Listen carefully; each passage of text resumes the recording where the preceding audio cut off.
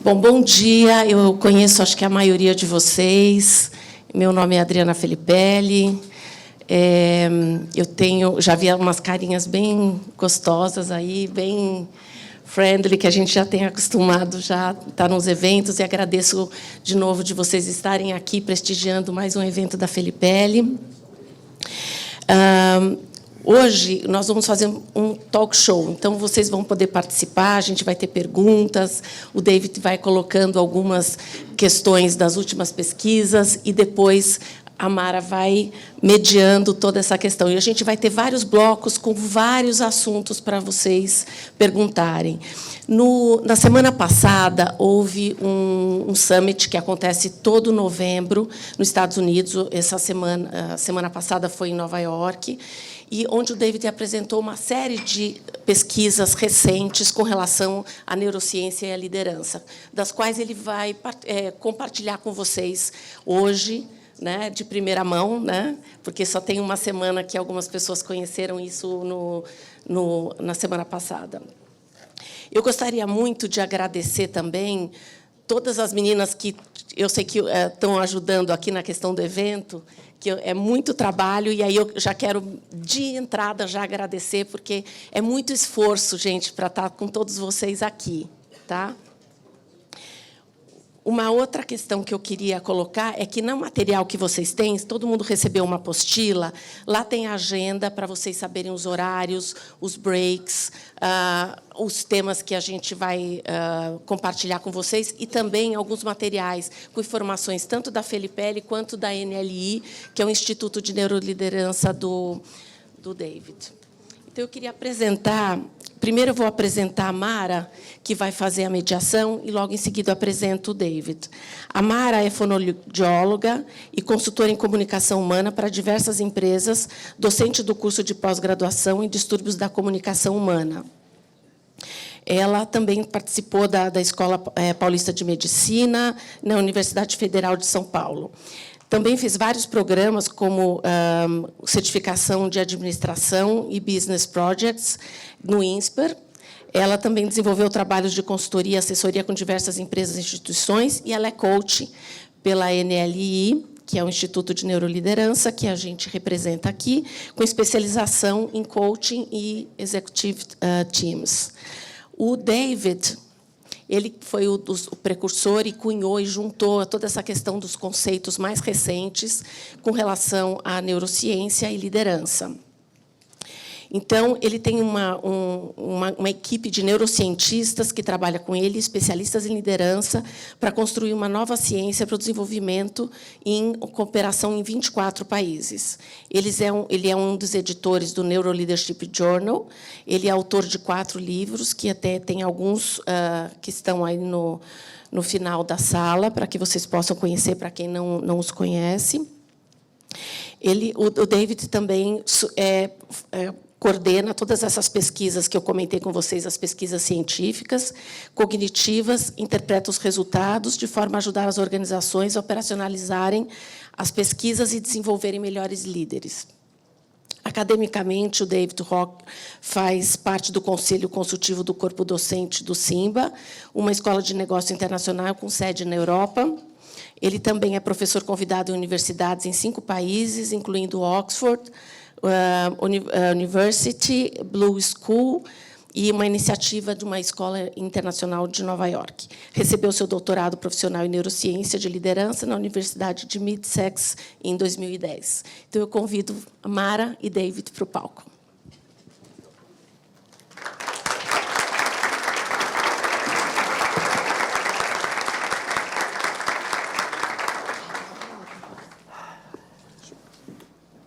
Bom dia.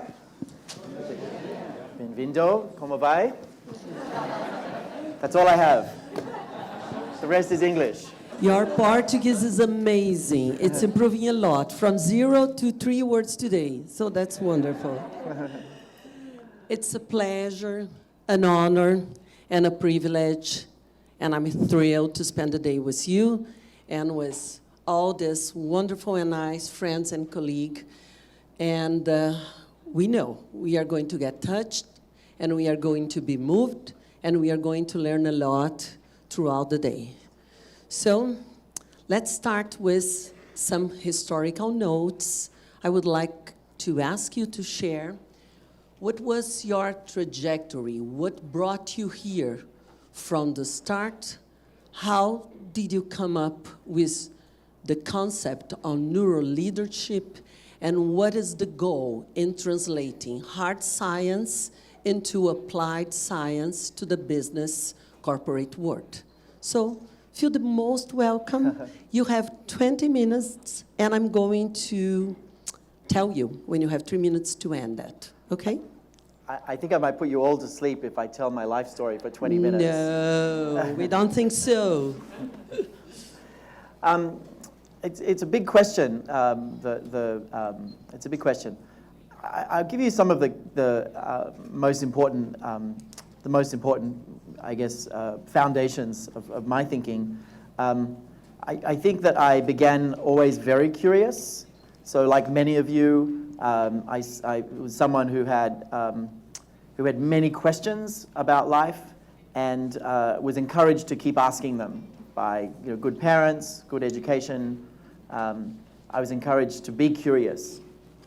And at some point, and I would take everything apart when I was young. I would take engines apart and clock radios apart. And I tried taking the electrical system of the house apart. That didn't go well. I was not popular that day. But I was really interested in how everything worked. How do things work? And at some point, I noticed I had a mind. And that became very curious. How does that work? I was probably, like many of you, the same kind of age when I started to notice that, at sort of teenage. And I did a lot of reflection, a lot of reading, a lot of reflection when I was young about just trying to observe my brain. And I got interested in mindfulness work and various courses that were teaching you about how people function. But from a very early age, I was very interested in science. And I started to read about neuroscience from age of maybe 16, 17 years old, because that seemed like it was important to understand if you were interested in how your mind worked, right? So I started reading privately and became just fascinated in that whole area. I went off and became an entrepreneur very early, and was involved for a few years in a different business. This organization is 17 years old now, so it's been a long journey. Was this in Australia? In Australia. I'm originally from Sydney. And at some point, I got bored of just kind of just being in business, and I wanted to get back to what I was really interested in, which is how we work. And I basically took a long sabbatical about 17 years ago, a long break with no plan, and just some time out, a year. And while I was in that year, I started to coach people informally at the time. I started to sit down with people, ask about their goals, and incorporate what I'd been learning about the brain, what I'd been learning personally, what I'd been learning from business. And I applied my scientific brain to the process of coaching. And I didn't study with anyone. There was nothing to study with back then. What I did was I coached people, but reflected on the process at every step, and started to write and deconstruct the process. And essentially what I was interested in was, what's the most efficient way to coach people? The most efficient way to get from point A to point B. And I noticed that if you like saw a transcript of a coaching conversation, or you watched a recording of a coaching conversation, there seemed to be a lot of, almost like in DNA, there's a lot of filler in DNA. In DNA, there's lots of coding that seems to do nothing. I found in conversations, there seemed to be lots of words that did nothing. And sometimes we seem to go around in circles a lot, right? And And then once in a while, something really useful would happen in coaching. And I was coaching maybe 20 people at the end of that year, and I was really observing the process a lot. And I was starting to see that there were like critical moments in coaching that really mattered, and then lots of time when nothing was happening. And I got really interested, like, how do you have more of those moments? Does that make sense? Like, how do we cut away? Maybe I'm just a man, I like efficiency. I wanted to make it more efficient. And not necessarily rush, but just get to the good things. I like ristretto, you know, not long coffee. I want the condensed version. And so anyway, what happened was some of those people said to me, can you teach me to do what you're doing, because you look like you're having so much more fun than I'm having. And, you know, people with full-time jobs said, I want to do what you're doing. And I said, I don't know if I could teach you. I've never taught anyone this process. It just works for me. And we got a group together, and we spent a solid year, meeting every week, once or twice a week, deconstructing exactly what happened when you coached. Literally the whole process, every week for a year. And how many people are trained here in the results coaching or the neuro leadership group model? How many of you are Quantos são coaches RICAS? So you know the dance of insight, for example. Some of you. Excellent, great. Okay. So it was 1997 actually, that I actually saw a lot of the models that you've learned, if you've done our programs. And what I did by accident, and I didn't mean to, what I did in hindsight by accident was I designed a coaching model that I wanted to be coached by. I designed the coaching model that I wanted. And for me, that was one where people weren't giving me advice. They weren't telling me what to do, because I always hate that. They were just helping me think. And so we deconstructed this process, and at the end of a year, we had this really robust process, and we started to train people and started to open training in Australia, in Singapore, in London, in the US. And we built a coach certification program that now has 20,000 graduates in 24 countries. We teach it in 24 countries. And the process focuses on, in hindsight, I now understand, it focuses on maximizing the chance of having an insight. I believe that the active ingredient in conversations that really help people to grow and learn are conversations where we have an insight. Do you know what I mean by insight? Insight where you just suddenly see something. It's just something you hadn't seen before, suddenly comes into mind, unexpected, often when you're not thinking, in fact, usually when you're not thinking about it. And so we found that conversations or coaching that really worked had insight. And to cut a long story short, we got really interested in teaching this at scale, and I realized that to teach this at scale, you needed to work with large companies. And to work with large companies, you needed a theory. You needed research. And so I started spending time, I was in Sydney, I started spending time in New York. I started teaching at NYU. I started developing researchers. I started writing. We started running programs explaining all aspects of coaching. And what we did was we started to include bits of neuroscience in these programs. And people found when they had a bit of neuroscience that it linked everything else together. So when you understood the brain, you actually could make links between like learning theory and positive psychology and creativity theory and systems theory. All these things started to make sense, and the brain loves to make sense of things, so it was very helpful. And I actually still remember the moment when I first introduced some neuroscience in the classroom. I was at NYU, it was about 2003. We had about 75 people, no oxygen, no light. It's universities for you. And everyone, was the afternoon of like the third day. We'd been teaching 3 days of theory, psychology and all this stuff. I started to include some neuroscience because I felt like they would appreciate a few handouts. And we just gave out 3 single-page handouts from my favorite book at the time. And all of a sudden, the room woke up. And people started popping with ideas and connections and having insight and really understanding everything. And that was a really central moment for me. I was basically trying to develop a theory for, at the time, really coaching, but really became a theory for leadership. And what I saw was that actually neuroscience provided a tremendously useful frame for teaching better human skills.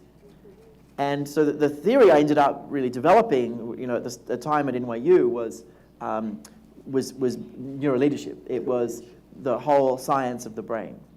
So anyway, cut a long story short, I spent 3 or 4 years interviewing neuroscientists, working on quiet leadership, and then starting to work on your brain at work. And we ran the first Neuroleadership Summit in 2007 in Europe, in a town called Asolo in Italy. We ran the first summit. It was a beautiful location in the mountains of near Venice, and it was about 50 people that we had at that first event, just to see, is there a field here? The first conference was called, announcing the birth of a new field. We thought it was very, very overconfident at the time. We said, we're going to announce the birth of a new field. Actually, that ended up being true, but you never know. So we ran this first conference, and then the world kind of started to see that there was something here. So what happened was, from there, we started hiring neuroscientists, academics, researchers. I started to get really serious about the science. I got my doctorate in the neuroscience of leadership, started writing a lot more papers. And so sort of 2003 to 2008, 2007, I was writing books, doing research. 2007, the first summit. 2008, we really opened the institute, started writing academic papers, starting doing education, and really working with organizations much more broadly. So the history, and then 2014, our whole organization focused on neuroscience now, we're now really deeply immersed in the science. So that's the longest story, I guess. In summary, always very curious. Got curious about how the mind works. Made me curious about the brain. And what I found was, if you're teaching people to be better at growing others, understanding the brain seems to help a lot. Let me say that again. If you're trying to help grow other people, then understanding the brain seems to really, really help both you and them. And that was kind of my big insight, and we've been building on that insight, since probably 2003, very intentionally. I think this is a wonderful success story. Every day is a new challenge. So let's call it an ongoing journey. I don't want to have a fixed mindset. So can I ask you a more personal question? Okay. How many insights per day do you usually have? I'm going to answer a question with a question. I'm Jewish, we do that. Okay. How many of you think you're an insight junkie? Like how many of you think you're an insight junkie? That doesn't translate well, right? Yeah. You have a lot of insights. You love insights. Many of you. Okay. Depends on the day. Okay. Interesting, and we'll talk more about insight during the day, but very strange phenomena. The more tired you are, actually, the more insights you have. And the less you're thinking, the more insights you have. Being a bit jet lagged, you have lots of insights often, or being a little bit hungover, you have lots of insights. I'm neither, by the way, but in case you're wondering, I'm always like this. But I don't know. It depends on the day. Quite a few. Quite a few. Yeah, quite a few insights. Maybe once a week I'll have a pretty big insight. Okay. So, and when you taught us, when you just told us your story, there are some breaks. So I had a long break here, a long break there, and then we moved. There are a few people. What is the importance of these breaks for you to consolidate the knowledge? Is there something in there? I think if you look at your own career path and journey, we often have bursts of intense activity and then a time of consolidation and then a time of intense activity. And I think that's very normal. I think biology works like that. All sorts of systems tend to work better like that, rather than just going crazy the entire time. We tend to all function better, whether it's exercise or growing a business or managing a career. Systems tend to work more healthy in that way. Insights give energy, pleasure, motivation is a huge force. How do you keep that flame firing? Well, insight is probably one of the things that, firstly, insight was the first thing I studied in neuroscience. Yes. If some of you have read Quiet Leadership, that goes into the early work. So insight was the first thing that I was really interested in, and it was studying the neuroscience of insight that led me to be deeply obsessed by the neuroscience of everything. When I started studying the neuroscience of insight, it helped me just have a lot more insight and understand them, and it made life so much more interesting that I wanted to understand the neuroscience of everything other than insight. Your question is, I can go many ways with your question. Do you want me to explain insight or talk about insight? No, I think that we can do that later on, because you were going to explain that. Just how do we keep this energy flowing? Because I think this is, sometimes we have a great insight and then it's gone and we do nothing about that. Yeah, insight's like a new plant, like a new seedling. You've got to water it. When it's new, you've got to water it a lot. Maybe twice a day. After a few weeks, maybe you water it once a day. After a few months, you can water it a few times a week. But insights, like until they really take root, they need regular watering. And attention is watering, right? So you need to give insights regular attention when they first happen to build the networks in similar way, So for us to conclude this section on the history of neuroleadership, I would like you just to say some words about cultural interference in neuroleadership. You were born in Australia, now you live in the US, but you teach in London, you run meetings in Italy, you travel all over the world. So you have been facing and trying to understand the cultural difference. I know there is a common fundamental that can lead all of us to a better life. It's funny, this morning I was on a conference call downstairs with people from Israel, Malaysia, and Australia. Yes. As well. And we're working with large organizations on their whole leadership development plan, and many of our clients have people in 60, 100, 120 countries. And using neuroscience as a frame actually gives people a common language across different cultures. So let me speak for 2 or 3 minutes about this, and then maybe people can have a... Yes. By the way, during the day, what we'll do is we'll have a conversation, then I'm going to give you an opportunity to just talk to people around you about the ideas. It's great for just digestion, having insight. It keeps the energy moving as well. So we're going to give you an opportunity, but each time just a few minutes, and then we'll kind of go to the next chapter. But it's a big question. Can I give you the 5-minute answer? Yes. Okay. Yes. You may have. I think it's important. I think this is an important one. We get this wrong. So firstly, let me say that that I can spike your brain like that far more, right, than I can do. Like I can make your brain spike with something different, which was that sound, far more than anything else that I could do. So if I want to get your attention, I just have to do something unexpected. If I do something, anything I do that's expected won't get your attention the same way. Does that make sense? Right? If I suddenly throw my hands in the air like Tom Cruise, dance on the chair, do something unexpected, I'll get your attention. So the brain pays a lot of attention to the unexpected. It's at a very deep level. So you're walking along, and your brain is processing all these muscle movements. Your brain is processing the feeling of the ground, right? And suddenly there's like a tiny dip, right, in your left heel, a tiny dip. You notice that immediately, and you pay a lot of attention, and you don't trip as a result, right? In a fraction of a second, you notice difference. But are you paying that much attention to the similarity of constantly? No. So you understand what I mean? So it's how we stay alive, actually. And probably 1,000 times a day, this thing keeps us alive, literally.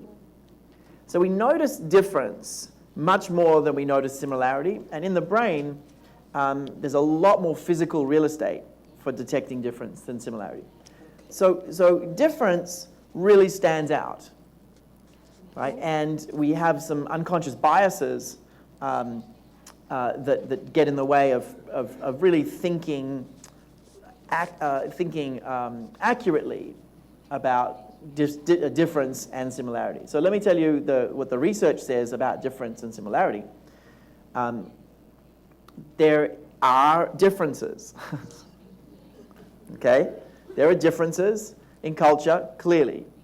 Some of them are learned, and some of them are actually genetic. Okay? And mostly it's a combination. If you're from the Far East, you have a gene. There's a 75% chance you have a gene that changes how oxytocin is processed, such that if you are without your friends, you feel pain more acutely. And if you're with your friends, you feel pleasure more acutely. So if you're from the Far East, there's a 75% chance that you really like thinking about and being with people. And so you've got a more collectivist approach. If you're from the West, you don't have that. So there's things that are genetic, right? And there are things that are environmental. And there's many surface differences whether you shake hands or kiss, and then there are deeper differences, all that. So there's no question there are differences. But there's 2 points that I want to make about that. Firstly, there are many more similarities than differences. That's good. Many, many, many more. You just don't notice them, right? Like you just notice your foot slipping. You don't notice the foot landing every time. You never think about your feet landing. You only feel them slipping. So you're not noticing all the similarities. You're not noticing them at all, right? But there are enormous similarities. Every single second that you're processing the world, you're challenged by the exact same limitations of working memory. Can any of you multiply 4 digits in your head? Like 56 multiplied by 79. No. Can you do that in your head? No. Could you do it on a scrap of paper if we reminded you how, right? Yeah, in like less than 30 seconds? Yeah. If the paper was like this big? Yeah. So it's very quick, it's very easy, it's very simple. You just can't hold it, right? It needs to be outside your head. You need to do one step and then next. So we all have this same limitation. It's a limitation on how much we can process every second. And everyone has that limitation. And in fact, you have that same limitation as someone 10,000 years ago, 20,000 years ago, and 30,000 years ago. We have the same basic neurological structure as someone 30,000 years ago. So we have this, same limitation. We have the same limitation, or the same process happens when we're excited and when we're scared. The same process happens when we can't solve a problem. We have the same biases that incline us to make bad decisions. We have the same feelings when we connect with people or don't connect with people. There are massive amounts that we have in common. So there's really 3 statements. The first statement is there are differences. They're real. The second statement is the similarities are much bigger than the differences. The third statement is the most important statement. The third statement is if you focus on the differences, you create what's called outgroup between you and other people. If you focus on the similarities, you create what's called in-group between you and other people. Right? So in-group is a feeling that you're in the same category with someone. In-group is like more of a friend. Out-group is a foe. It's someone dangerous. So if you focus on similarities, you create in-group. Focus on difference, you create out-group, right? Now here's what happens. If you're speaking to someone, let me do it this way. If you've decided that I'm in your out-group today because I'm from a different country or different gender, different age, whatever, then only some of what I'm saying is going into your brain, right? And literally, you won't let me into your head. You won't see what I'm saying. If I'm in your out-group, you won't actually have pictured feet on the pavement, right? If I'm in your in-group, you pictured feet on the pavement. Who pictured feet on the pavement slipping before when I said that? Let's see a show of hands. Who actually pictured feet on the pavement? I'm going to do this a lot, by the way, and I want you to actually put your hands up when I do that. When I say put your hands up, I mean actually do that. So, right. So many of you pictured. So if you pictured, if you had that image, I was probably in your in-group. So if I'm in your in-group, you process every single word much more deeply, using a similar brain network to thinking your own thoughts. If I'm in your out-group, if you're just focusing on difference, you process everything in a very shallow way.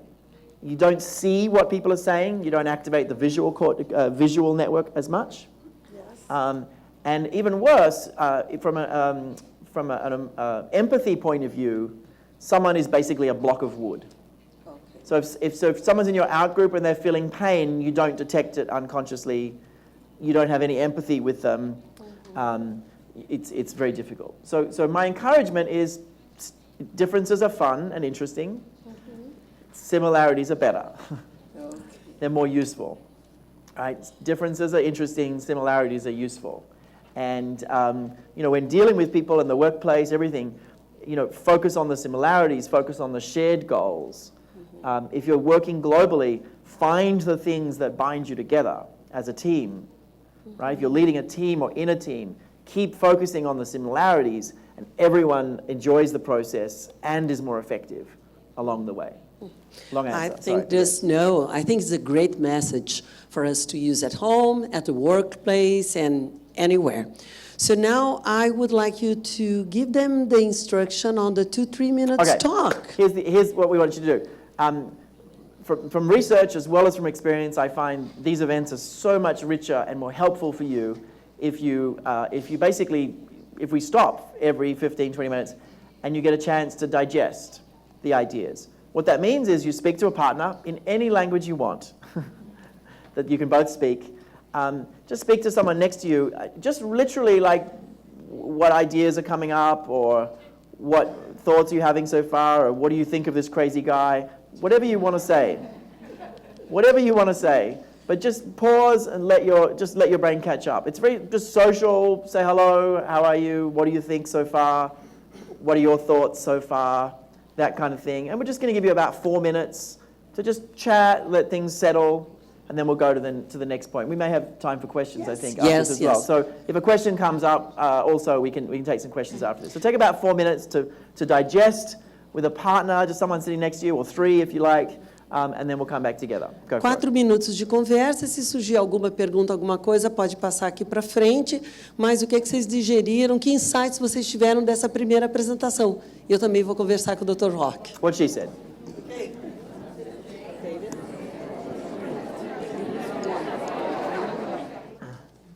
Dentro do contexto, considerando então que o cérebro está mais ligado nas diferenças, né? Que estratégia, que ferramentas a gente pode usar para ajudar, por exemplo, uma equipe a buscar mais similaridades, olhar mais para as similaridades, então, consequentemente, buscar mais empatia e sinergia.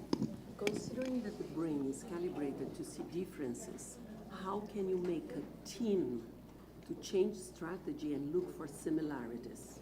Great question. Thank you.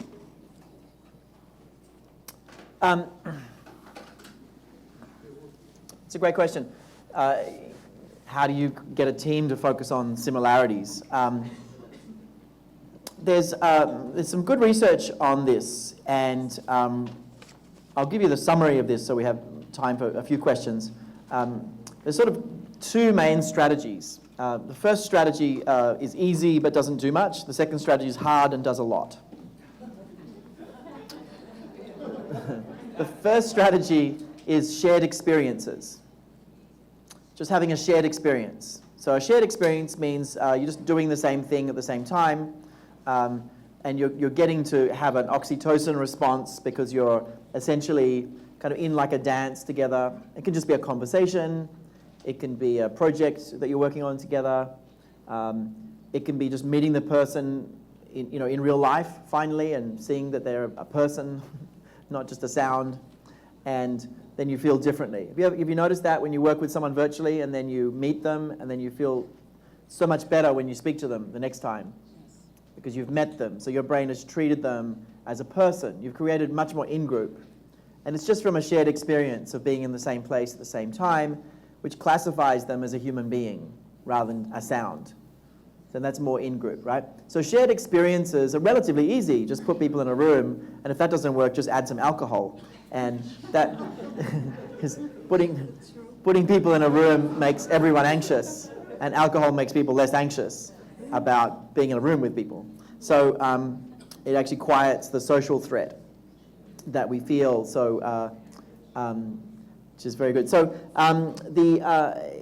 anyway, so just any kind of shared experience. So I remember when the fiscal cliff in America was happening, in North America, and they were going to shut down the government, and the strategy was to try to get Obama to have a beer with someone from the other side. There was a lot of conversations. CNN had like 100 hours on trying to get Obama to have a beer with John Boehner, I think, at the time. And it was just like, if we just get them together just to have a shared experience, maybe, and it was actually true, maybe something could happen, but they had 14 TV crews watching the beer, so it didn't work so well. But anyway, so shared experiences, what really works, which is harder, but works very well, is a shared goal.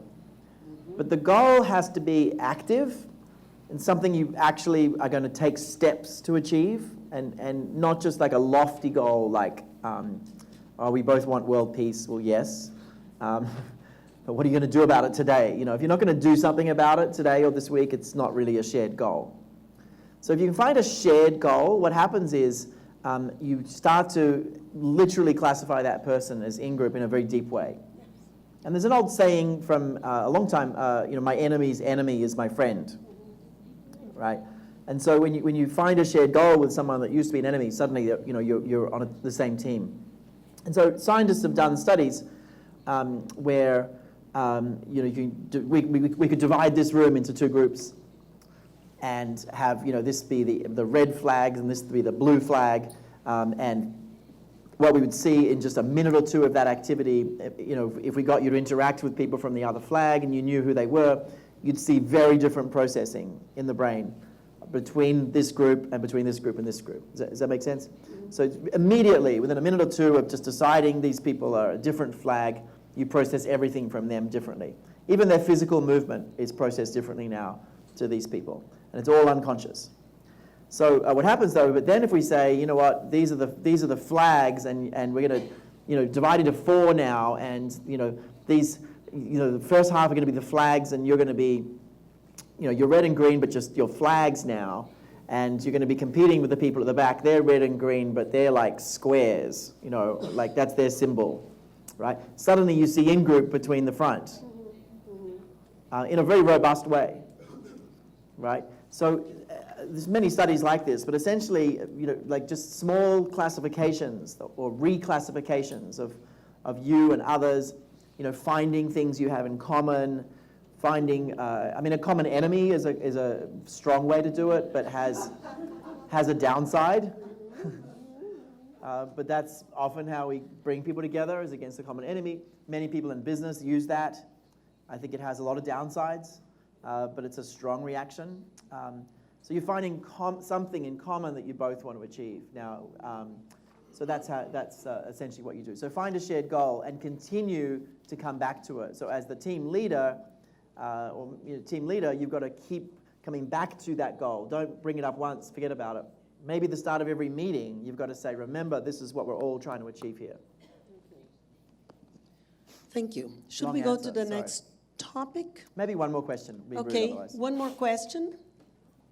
Por favor. Aqui, bom dia. Bom dia. Na verdade, eu tenho três, mas vou fazer só uma, tá? Obrigada. O desenvolvimento humano, será que a gente já tem alguma informação sobre se o desenvolvimento humano feito através do neurocoaching, ele pode favorecer a ampliação da capacidade cerebral? Será que com ele a gente consegue sair dos 10%? Do we have any research data that prove that using neurocoaching can enhance the use of the capacity of our brain, more than the so-called 10% of brain usage? So there's about 5 questions there.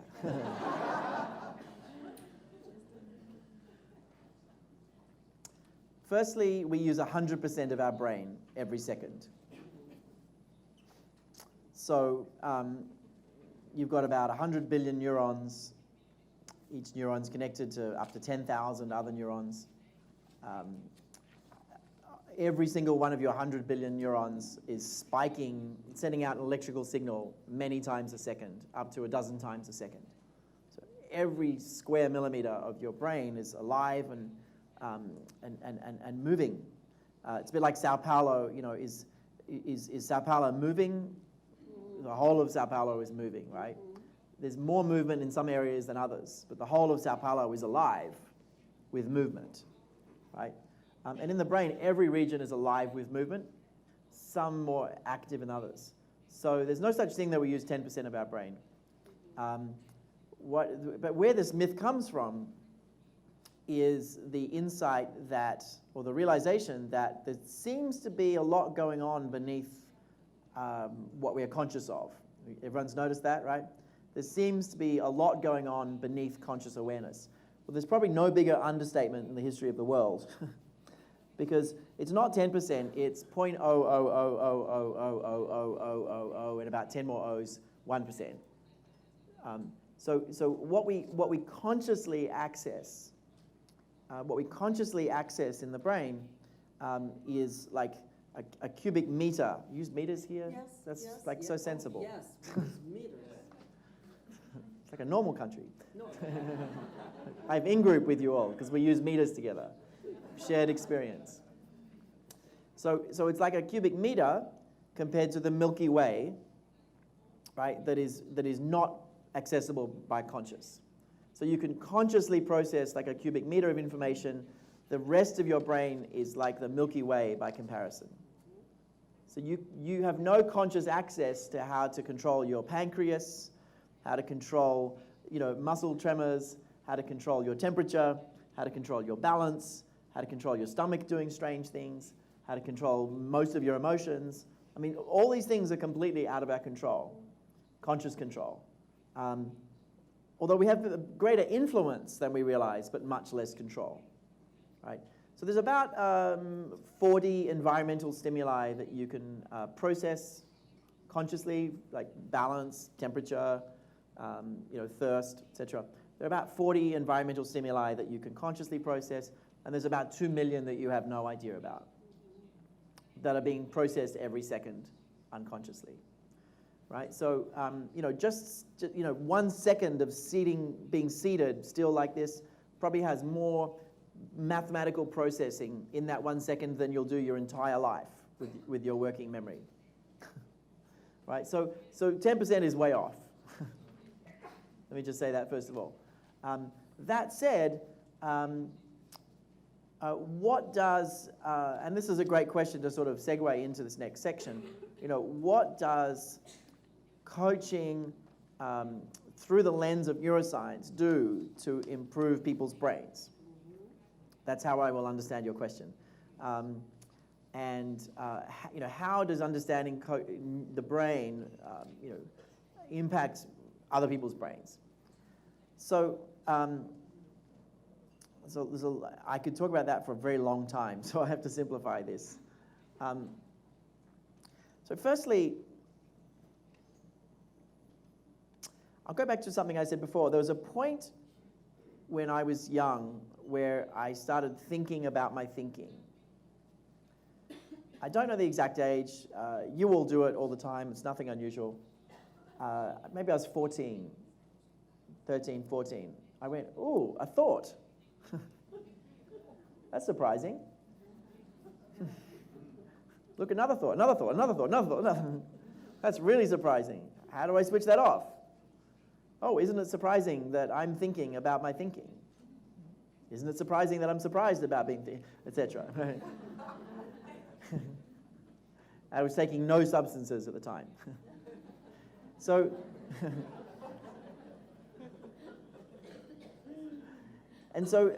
so I started to create some separation from the process of thinking. Right? Every thought is like they call a thought a train of thought.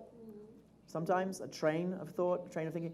Like you think of a train, and when I was able to separate from my thinking a bit, I had a little bit of ability to get on each train of thought or not. When I was, this is subtle, but at that age, I could sometimes decide, well, I'm not going to get on that train. That's a thought I'm not going to follow, right? Before that time, when I was maybe 13, I was just on every train. If a train came along, I was on it. And many of you have teenage kids, you've noticed, if a train comes along, they're on every train. If the train's going really fast, even better, right? So I was able to create some separation. Now, I think that the understanding the brain gives you a language that physically creates even more separation and helps you decide which train of thought to get on or not, which essentially makes you more adaptive.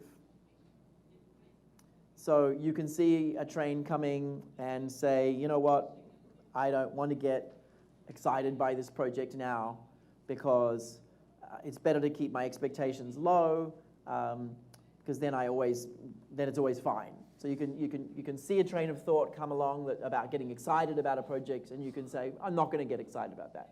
And you can avoid being upset when you don't achieve your expectations, and so you've just been more adaptive. So you can notice potential trains of thought and actions arising. And the reason you can do that is a little bit complex, but it does go to this next sort of whole conversation. How many of you understand like basic accounting, like what a profit and loss is and cash flow, like just basic? How many of you know that? Okay, great. Probably all of you understand the concept of profit, loss, cash flow, that kind of thing, right? So before you have, so what is accounting? I'm not talking about complex accounting, just basic principles, right? If you're running a business and you have no language at all for what is profit, what is loss, what is cost, what is a margin, what is cash flow, if you have no language for that, you're sort of left to luck, right? You can't plan ahead very well. You can't analyze the past. You can't make conscious decisions about where to invest your money. You can't make conscious decisions about which products to get on the train with. Okay, so you're sort of at the mercy of the environment, and then you understand accounting. Now, is accounting reality? If you work for EY, maybe it is, but accounting is not reality. Accounting is a simplification of complex systems. It helps you see a pattern and make choices, right? It makes you smarter about a complex system. And it's a language, though. It's just definitions about patterns. And now, understanding the brain, the way we're doing it now, there's no scanner under your seat scanning your brain right now. There's no like biofeedback tool that we're teaching in classrooms. What we're doing right now in Neuro Leadership is giving people a language for their brain and other people's brain. And what that does is it gives you the ability to see patterns in this complex process called our thinking. And we can see patterns and as a result make different choices. Okay? And the more language you have, the more you can make better choices. And so it's really a language for improving our ability to predict, understand, or explain our interactions. Particularly as a leader, or as any kind of change agent, we're trying to change the world in some way. We're trying to change a person, a team, a business, our country. We're trying to change the world. If you have a tool that helps you predict what's going to happen in your brain and other people's brain just a little bit more, you become that much more successful. So I think, and by the way, what this does is it improves your ability to put the brakes on in certain situations and not get on certain trains. Whether that train of thought is getting upset at an employee, or getting overexcited about a project, or getting too detailed when you should be more strategic, right? Or being too strategic when you should be more detailed, right? Or being linear when you should be being creative, right? It helps you like think about your thinking more and make different choices. And the studies are showing that people who do this more activate the ventrolateral prefrontal cortex, which is the brain's braking system, B-R-A-K-I-N-G. They're activating the braking system by inhibiting automatic responses, making different choices. They're building self-regulation. They're building an ability to make changes in the stream of thinking. Okay, so what neuroleadership is doing, or coaching from a brain perspective, giving people a language that improves self-regulation, that makes people more adaptive. And that language is about our thinking itself. So you literally can improve your thinking. You're more likely to be big picture when you should be big picture. You're more likely to be detailed when you should be detailed. You're more likely to let go of all that and just let an insight come when that should happen. So we're able to improve thinking and improve overall self-regulation in the process. Giving very long answers today, sorry. No, I think they are great answers. We enjoyed Is anyone bored it. yet? Are we okay? No, I think no one is bored. Okay. I don't see that. Not at all. So this just leads us to the next one topic, that is the importance of neuroscience to leadership. What are the main points that leaders need to take into account when they are doing their jobs? Leadership is hard. It's really hard, right? And it's a constant, it's like being an athlete. You've got to stay in shape mentally. You've got to stay in shape physically to stay in shape mentally as well. But, it's hard. And I think so much of leadership, or the higher you go as a leader, the more leadership is about people, the less it's about process, right? And the more it's about persuading people, influencing people, collaborating with people, understanding people, all of this. And so the kinds of tasks that you have to do as a leader, you often have to stop yourself from like, we talk about trains of thought, from getting on lots of trains. You need to be able to inhibit a lot of automatic processes. It's really an important strategy. So I think ultimately what the neuroscience does is make people more conscious. Okay, it makes a leader more conscious. Now, I'm going to use the word mindful, but I don't mean meditation. I don't mean anything to do with Buddhism. It's just the opposite of mindless. So mindless is me when I was 13, right? Every train of thought, I would just get on, right? I'm not saying I became mindful after that. I'm just saying, mindless is just empty and, right, reacting all the time. Being a bit more mindful means that you're thinking more about your thinking and your actions as you go. And there are two groups of people you become mindful about. One is you, and the other is everyone else, right? And it's actually the same network for understanding yourself as for understanding other people. So the more you understand yourself, the more you see things in other people, and vice versa. Right? The opposite is true. And the reason for that, by the way, it's an aside, but the brain network for thinking about a human being is the same brain network, whether that human being is you or other people. There's one brain network for imagining a person. And it's basically the medial prefrontal cortex here. When you imagine a person, if it's you or someone else, you're activating the same network. And in both cases, you're just imagining a person. You're not actually, there may or may not be a person there, but you're imagining a person, right? We shouldn't go down that rabbit hole. So what happens is it makes you more it makes you more thoughtful about you and about other people. So it's making you more conscious. And that can make you just make more money. For many people, it also makes them more socially conscious, more aware of the broader, greater good. It often makes people more compassionate because you start seeing people's emotional reactions, you start seeing your own emotional reactions. So there's a good link between being more mindful and being more compassionate in the research. And so we don't formally teach mindfulness very often. It's not a big part of our curriculum. We do actually teach it. We're teaching 18,000 engineers in one company over the next few years how to be more mindful. But we do it through the lens of the brain. But just understanding your brain makes you more mindful. And the reason for that is the technical definition of mindfulness is paying attention to what's happening in your mind in an open way. It's just like paying attention in the present in an open way to what's happening in your experience. That's the technical definition of mindfulness, has 3 parts. Paying attention in the present in an open way, right? Well, guess what happens when you start understanding your brain? You start paying attention in the present in an open way to what's happening in your brain and other people's brains. So, when you walk into,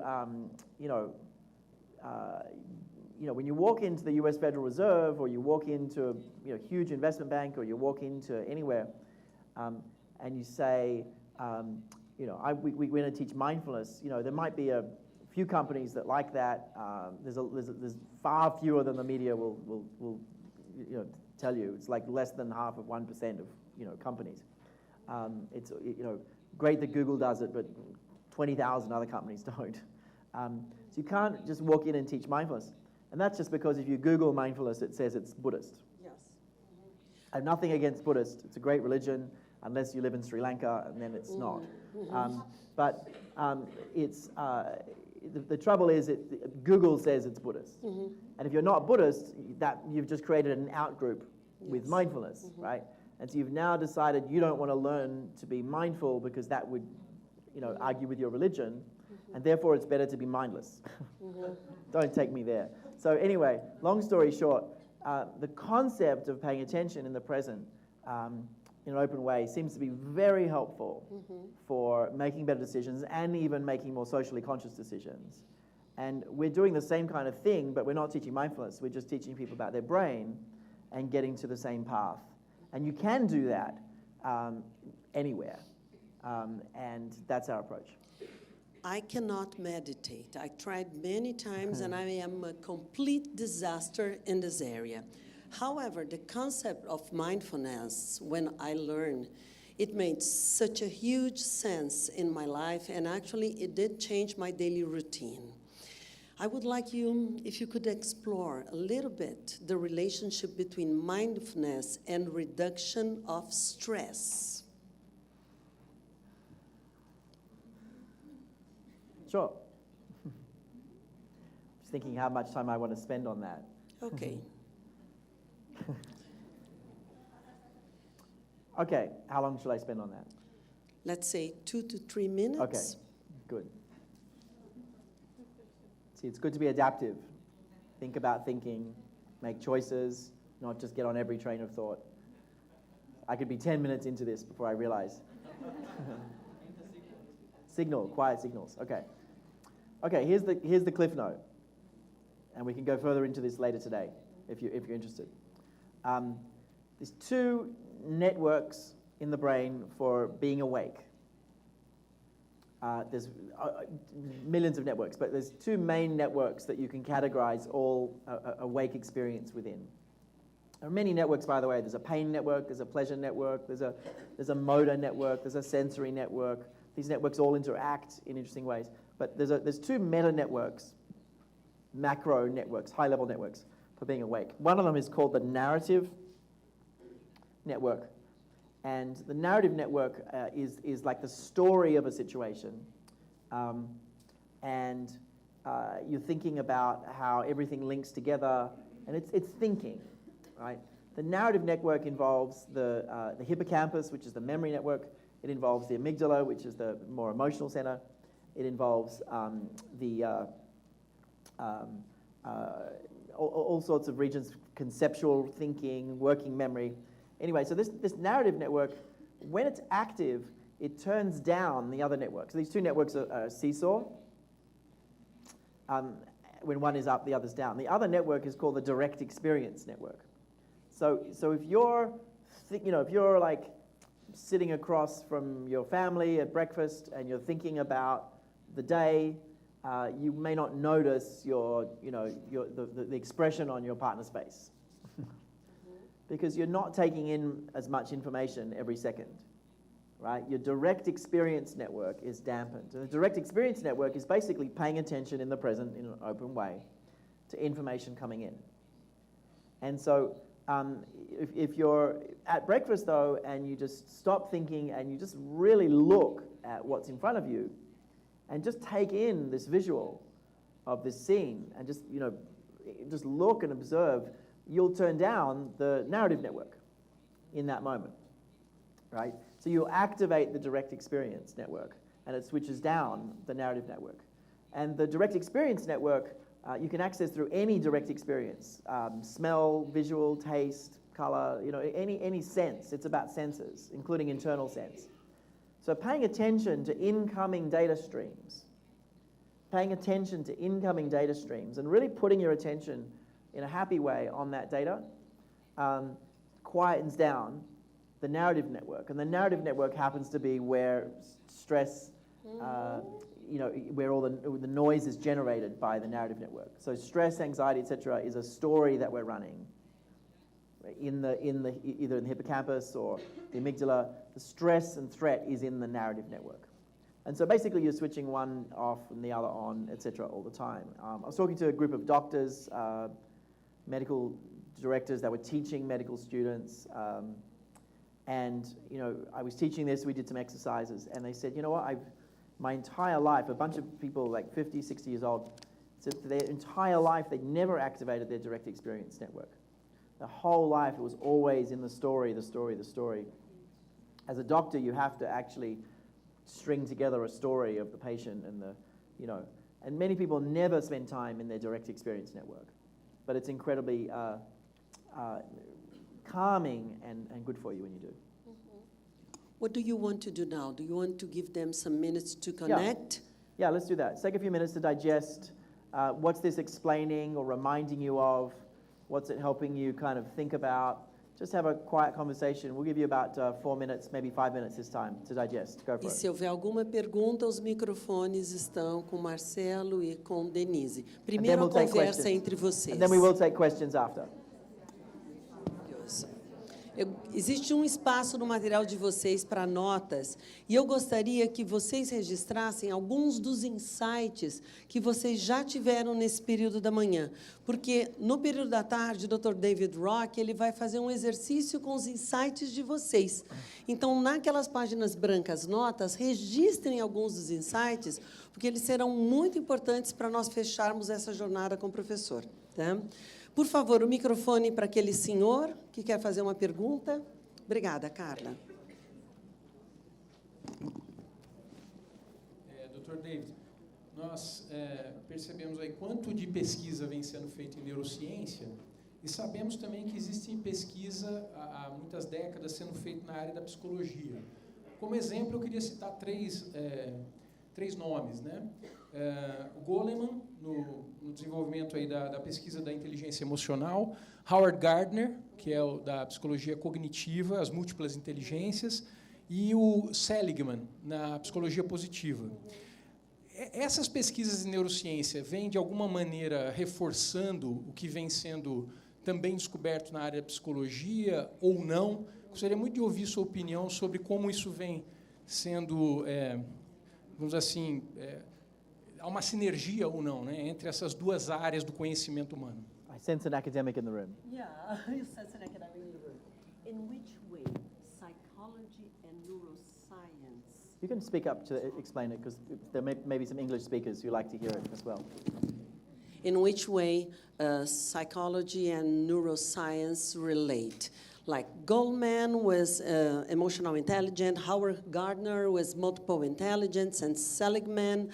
In which way does psychologist reinforces neuroscientific data, or in which way neuroscientific data reinforces psychology? It's a very important dynamic between the two. One can't actually, well, you could have psychology without neuroscience. You can't really have neuroscience without psychology. It's like the water in the ocean, you know. They're very intertwined. So let me just tell you a little bit about the methods right now. And there are amazing breakthroughs just coming in technology. But right now, neuroscientific methods, the most common methods are that you've heard about, probably a fMRI, functional magnetic resonance imaging, which essentially is like taking a photograph of Sao Paulo from 1 mile up, 5 times a second, and doing that for an hour, and trying to then process all that data to see how Sao Paulo feels. So you need massive amounts of computing power. Imagine a photograph of all of Sao Paulo, right, from 1 mile up in space, and you're trying to take 5 shots a second, and you're trying to see movement and variation. So to do that, you have to have enormous computing power. You have to have big theories. It's very complicated. So that's one of the ways that neuroscience currently works. And by the way, that's very good spatially, but very bad for timing, because there's a bit of a timing lag. You're looking at oxygen flow, and you're looking at oxygen flow sometimes during, sometimes after an event, all sorts of things. So timing is hard, but spatially it's very good. On the other hand, EEG, which is reading the electrical waves, you've seen the spiky things on a line. EEG, you're reading timing very accurately, but spatially very poorly. So many studies maybe put the two things together, and all of that. Now, then there's some other techniques, but those are the two more common ones. So what you can do with neuroscience right now is a little bit limited, but actually still quite important, is you can actually test out psychological theories. You can test them and find out what's really happening in the brain. And if you accept that a conscious axis is a cubic meter and the rest is the Milky Way, then it might be good to dig into the Milky Way a bit. There might be some information in there we can't consciously access. And this is what the science does. If you're just asking people, how do you feel after an interaction? If you're just asking people and you can't read the brain directly, you're dealing with the cubic meter. You're not dealing with the Milky Way, right? Psychology doesn't deal with the actual processes happening. It deals with people's impressions of the processes. It deals with self-report of processes. You understand? So people's conscious interpretation. Let me take pain. Let me not take pain. Let me talk about pain. You think of pain as one phenomena.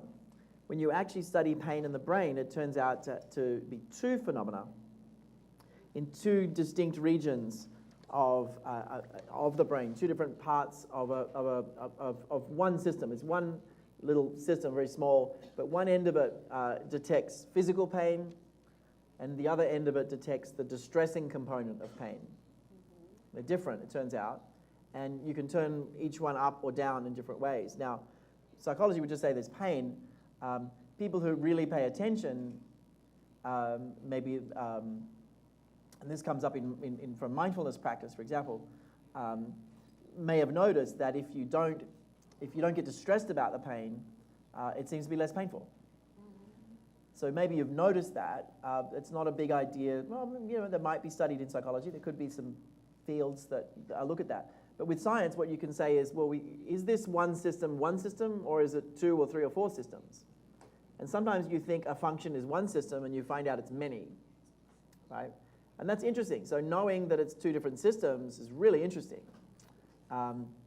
When I learned that, one of the things that I started to do differently, like many of you, I travel a lot and quite far distances. One of the things I started to do was not be distressed by jet lag And when I would be tired or feeling strange, I took a quote from Jacques Cousteau. Remember Jacques Cousteau, the famous diver? He called jet lag his drug of choice. Like it's actually got jet lag has like a little light buzz to it, like having a drink. You feel woozy. And you can interpret that as annoying and painful, or you can interpret that as like having a drink. Oh, this is quite fun. And so I wouldn't get distressed by the jet lag. What I found is that I had dramatically less pain from jet lag, right? Because I wasn't building up the pain every time. So what it's just a bit of an aside, but the point is what the science can do is get you to see if what you think is one system is two systems. Maybe what you think is two systems sometimes is one system. And how the systems interact with each other's. So for example, the pain network, when it lights up, ends up being inversely active with the prefrontal cortex. The prefrontal cortex is necessary for anything conscious. So we know there's a seesaw effect. So there are many seesaw effects as well as parallel effects between these networks. So the pain network is one network, the social network is one network, the cognitive processing network is one network, the sensory network. So seeing how all these networks interact. Do they light at the same time? Do they compete for resources? These are the kinds of questions you can study. And so you can't study any of them without psychology. You need some understanding, otherwise you're just looking at points of light. You're just looking at points of light, like a photograph of Sao Paulo, right? If you don't have a theory, so you have to have a theory, but you discover all sorts of really interesting things. And one of the most interesting ones I wrote about in a paper for Fortune magazine called How Organizations Fail. And basically the network for thinking in terms of concepts switches off the network for thinking in terms of people. So when you're thinking conceptually, including about the future or about your goals or something you want to achieve, which is the narrative network, essentially, not exactly. When you're thinking about concepts, you turn off the network for thinking in terms of people. And in particular, when you're very goal-focused, when you're really trying to get something done, you don't notice people's social cues. You don't pay much attention. They don't register, right? I remember one morning, I live in New York, one morning I was taking my two girls to school, and if any of you, most of you have been to New York, I'm sure, but at 9 o'clock in the morning or 8:30 in the morning on a rainy day, and you've got to find a taxi, and you're in charge of your children, and you've got to get straight to work, and I walk out of the apartment, and I suddenly see a taxi light in the corner of my eye. I grab my kids' hands and I bowl towards the taxi and completely bowl over a whole family. Just knock over an entire other family. I just didn't even see them. All I saw was the light. Didn't see them at all, and I had to really apologize. So I was being goal-focused, right? And it switched off the network for just seeing people. Now, they weren't right in front of me, but they were coming, and I just didn't see them in my peripheral vision, which I would have if I wasn't so goal-focused. And so anyway, so I understand these things, and it doesn't make me perfect in any way. But knowing these two systems turn each other on and off is quite interesting, quite important. And so anyway, again, you can't do neuroscience without psychology. You can do psychology without neuroscience, but the marriage of the two, I think, is much richer. And I will just say one final thing. There's an enormous amount we don't know about the brain. That doesn't mean that the things we do know aren't useful, right? So if you speak to a neuroscientist, they'll say, well, you can't apply neuroscience to the workplace. We don't know enough. We know more than enough about a few things. And these insights are really useful. I mean, I can teach you, if we do a workshop with you, I can teach your managers to increase the chances of generating insight in a conversation 500%. In like a 5 or 10 minute conversation with the science we have. You can get a 5 times increase in the likelihood of finding a breakthrough in a 5 to 10 minute conversation, right? Across thousands of people, just based purely on the science of insight, for example.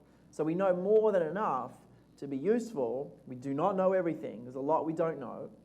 And I'm not pretending to know everything about the brain. No one knows more than, we don't know how much we don't know. But there are some things we know that turn out to be really, really useful. Anyway, that's the biggest story. Yes? Okay, so now it's very challenging because we have 10 minutes before break. So you have a 10-minute slot to answer. Neuroleadership Institute places a huge investment in research to improve education and to find solution to all sorts of organizations, corporate world, educational models, association. What's your vision about it? Yeah, it might be helpful to give you some sort of context as to how we're sharing this research and how we're helping organizations. And it might just help you have some context. So we've been trying to work out how to basically be the most useful since I first had this idea in 2003. I've always been trying to work out how to be most useful and how to run a sustainable business as well. The vision of the Institute is to transform leadership through neuroscience. Literally change the very nature of leadership and leadership development.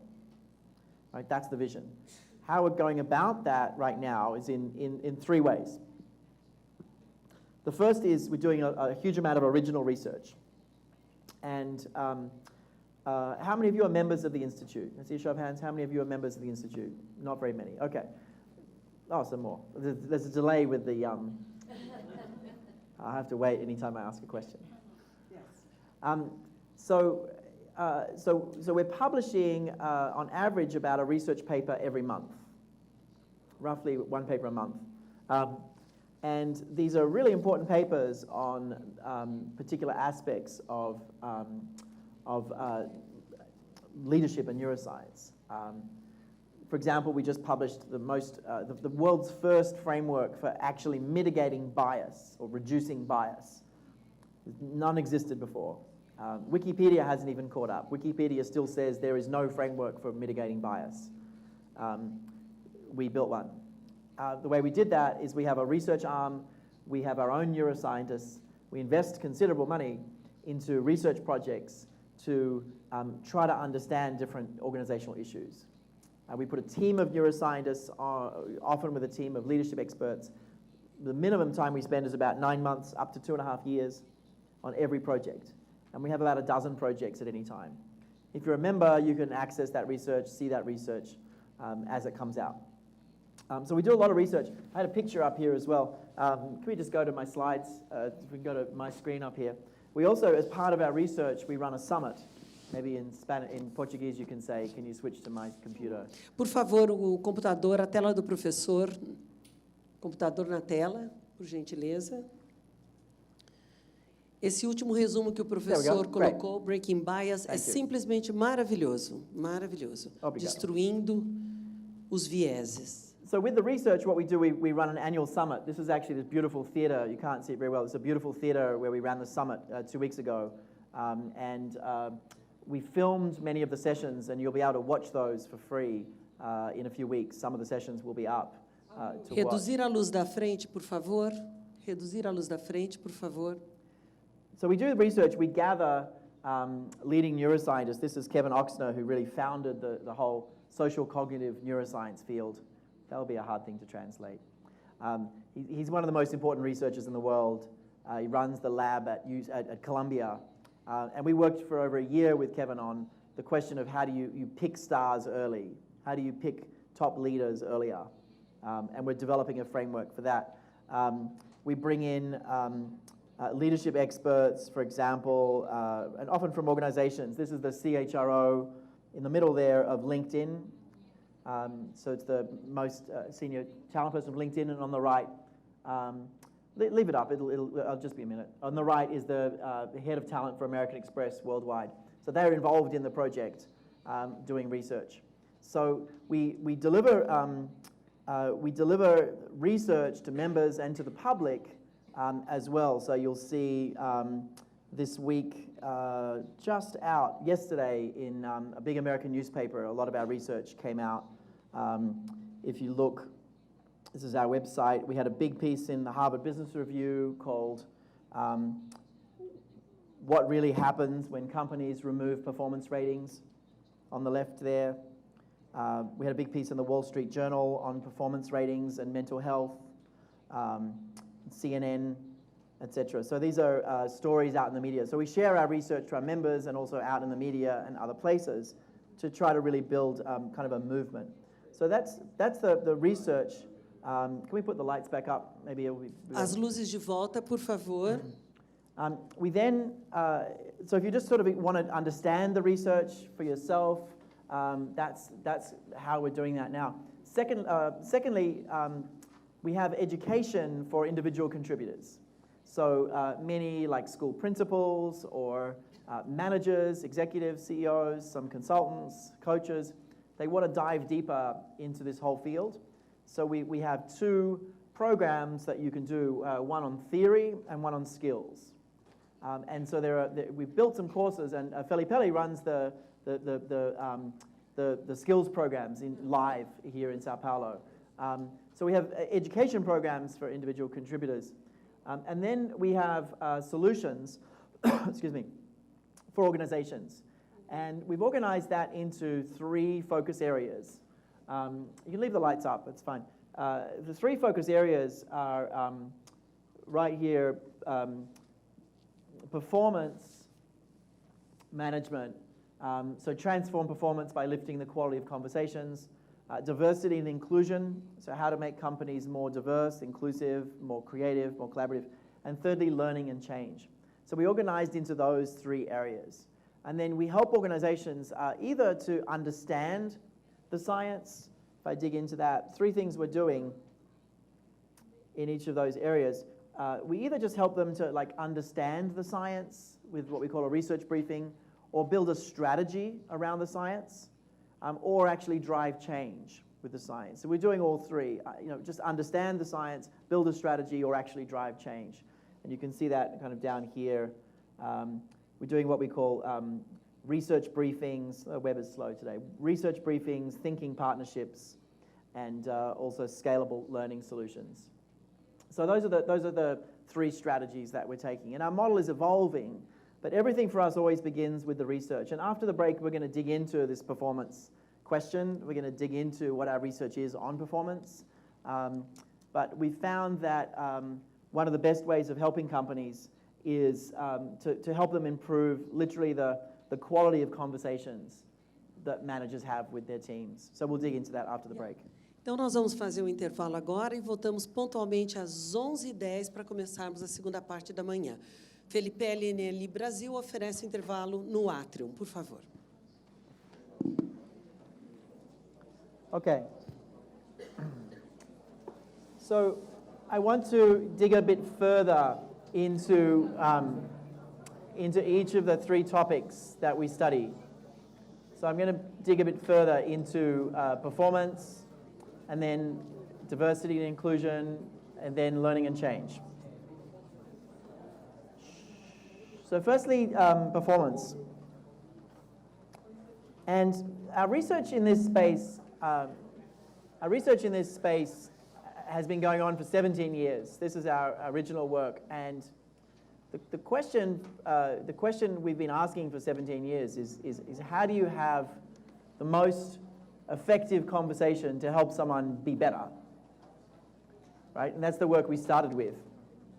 How do you have the most effective conversation to help someone be better? And, okay, so for 17 years, we've been working on this question of how do you have the most effective conversation when you're trying to help someone be better. And I'll share with you in a few minutes the 3 most important ideas we've seen in this space. By the way, now is a good time to turn your cell phone off again, if you haven't already, or onto silent. But what happened, we've been working in this space for a long time, and about 6 years ago, I started to hear sort of a regular message become a roar become loud. And the regular message we'd been hearing for over 10 years was it's good to help managers be better at having, you know, conversations, but really they can't, like there's a huge problem, which is the performance review, right? And we heard this many times over the years, that performance reviews are causing a big problem. About 5 years ago, it became kind of a roar, became a loud noise. And companies were saying to us, there's no point teaching managers how to have better conversations with the way performance management is set up. And we started working with some organizations to completely reinvent performance management. And without meaning to, without knowing, we sort of started a movement. And the movement involved getting rid of performance ratings completely. Can we go to my screen up there? I'm going to show you a few things. Voltar para a tela do professor, por gentileza. Professor. We have 2 seconds of audio working memory, so if I act fast, I can sound like I speak Portuguese. I just repeat something, but I don't. Let's go to the screen there. And have we got sound as well? Tela do professor, por gentileza. E ele precisa de som também, aberto na máquina. What she said. Got sound? Oh, I didn't plug it in, it's me. Yeah, okay, haha. It is completely your fault. Now we know. Okay.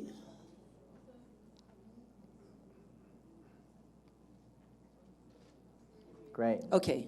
Should get sound though, that's what confused me. Som aberto no computador do professor. Let's try. A tradução está chiada completamente.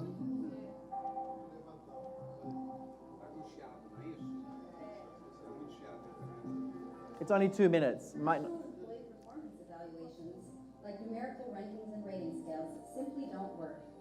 In fact, they actually lead to high levels of frustration, less willingness to take risks, and colleagues working against each other. Research on the human brain explains why workplace ratings are problematic. First, numerical labeling generates the same fight or flight response that occurs in the brain when there's a physical threat, priming people for rapid reactions and aggressive movements. This response would be optimal for survival if you're confronted by a wild animal, but it doesn't produce the thoughtful, collaborative learning needed to improve performance. Second, rankings reinforce an incorrect but widespread view of human growth and learning. A view that says people are either born smart or they aren't, and there's not much you can do about it. In a work environment, this fixed mindset tells employees that their abilities are limited. In this context, numbers implicitly come across as permanent. If you're a 2, you'll always be a 2. Difficult challenges are perceived as an invitation to fail. So how can companies reverse the destructive effects of number-based evaluations? Using 2 conversation techniques, you can tap into the brain's neural responses to reframe evaluations for better results. Companies that use a highly structured conversation approach provide managers with topics to discuss in an annual review, such as career growth, contribution, collaboration, or innovation. They also give managers recommendations for how to talk about each topic. In a guided conversation approach, companies ask managers to talk in a more open-ended fashion with their team, focusing on goals employees set for themselves and how they see their progress toward those goals.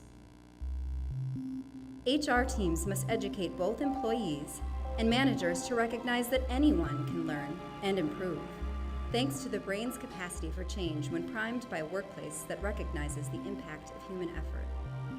This growth mindset encourages people to listen to feedback, set goals, and put in the extra effort needed to succeed. Working with the brain's neural responses, you can set up employees for more satisfaction and engagement, ultimately building a more powerful talent pool at your company.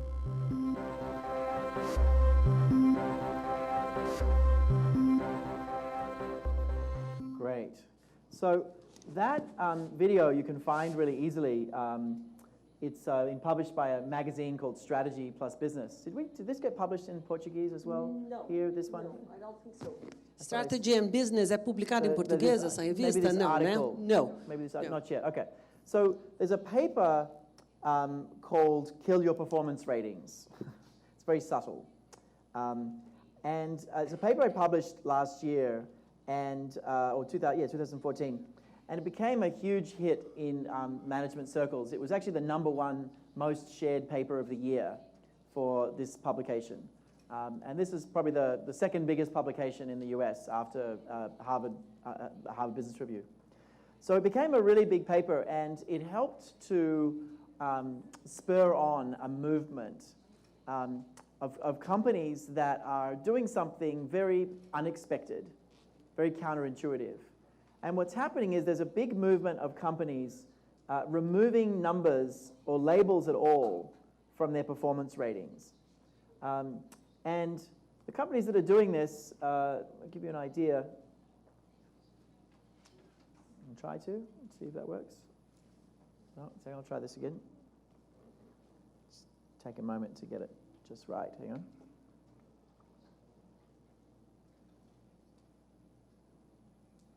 That was me unplugging it and then letting it plug back in.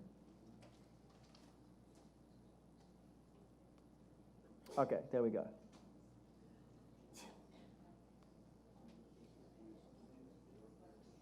That time we get it? No, not that time? View normal? Okay, that's strange. It worked beautifully this morning. It keeps going to that. É uma tela com os logos das empresas que removeram todos os processos de revisão de performance por nota. I'm very adaptive, so I'll just do it like this. I cannot say bad things about Microsoft. They're my client. They're very nice people. I just don't want them to make cars. Okay, so this is a graph of companies who have been removing performance ratings. And actually, the curve is actually much steeper now from this year. There are probably twice as many companies now since we released this. So what I'm talking about is companies who've thrown away labeling people either as a number or a word. So at the end of the year or half year, people are not given a label like exceeds expectations or meets expectations. They're not given a letter like an ABC, or they're not given a number. They're not given anything that gives them a status ranking. And the trouble is, it doesn't matter if you use a number or a word. We automatically decide what status rank we are, right, when we're given this kind of ranking. And so there's a movement, and it's quite a big movement. These are some of the companies who've removed ratings so far. It's a pretty significant list. You can see GE right in the middle. They kind of invented ratings. Oh. They've gone back, decided it was a bad idea. Although they're still experimenting. They haven't changed the whole company. Accenture and Deloitte were very public about this. But Microsoft has 2 years of data on what happens with no ratings. Over 100,000 people working very well. Dell has many years of data. Cargill, a great company in Brazil, no ratings for about 5 years. So it works. It works better. You have, I'll show you the impact on conversations. There's about 16 different trends. What I'll do is I'll give you some data, and then we can sort of have a Q&A. So one of the trends, this is the conversations that people have before and after. So this is basically annual. This is annual. So 76% of companies with ratings only had one conversation a year. And after ratings, that went down to 8%. And then when they remove, and then you've got, see if that's going to work. It doesn't want to help me today.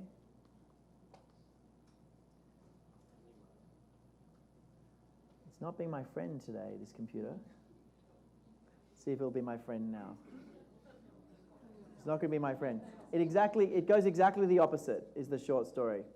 It goes the exact opposite other way, is that quarterly conversations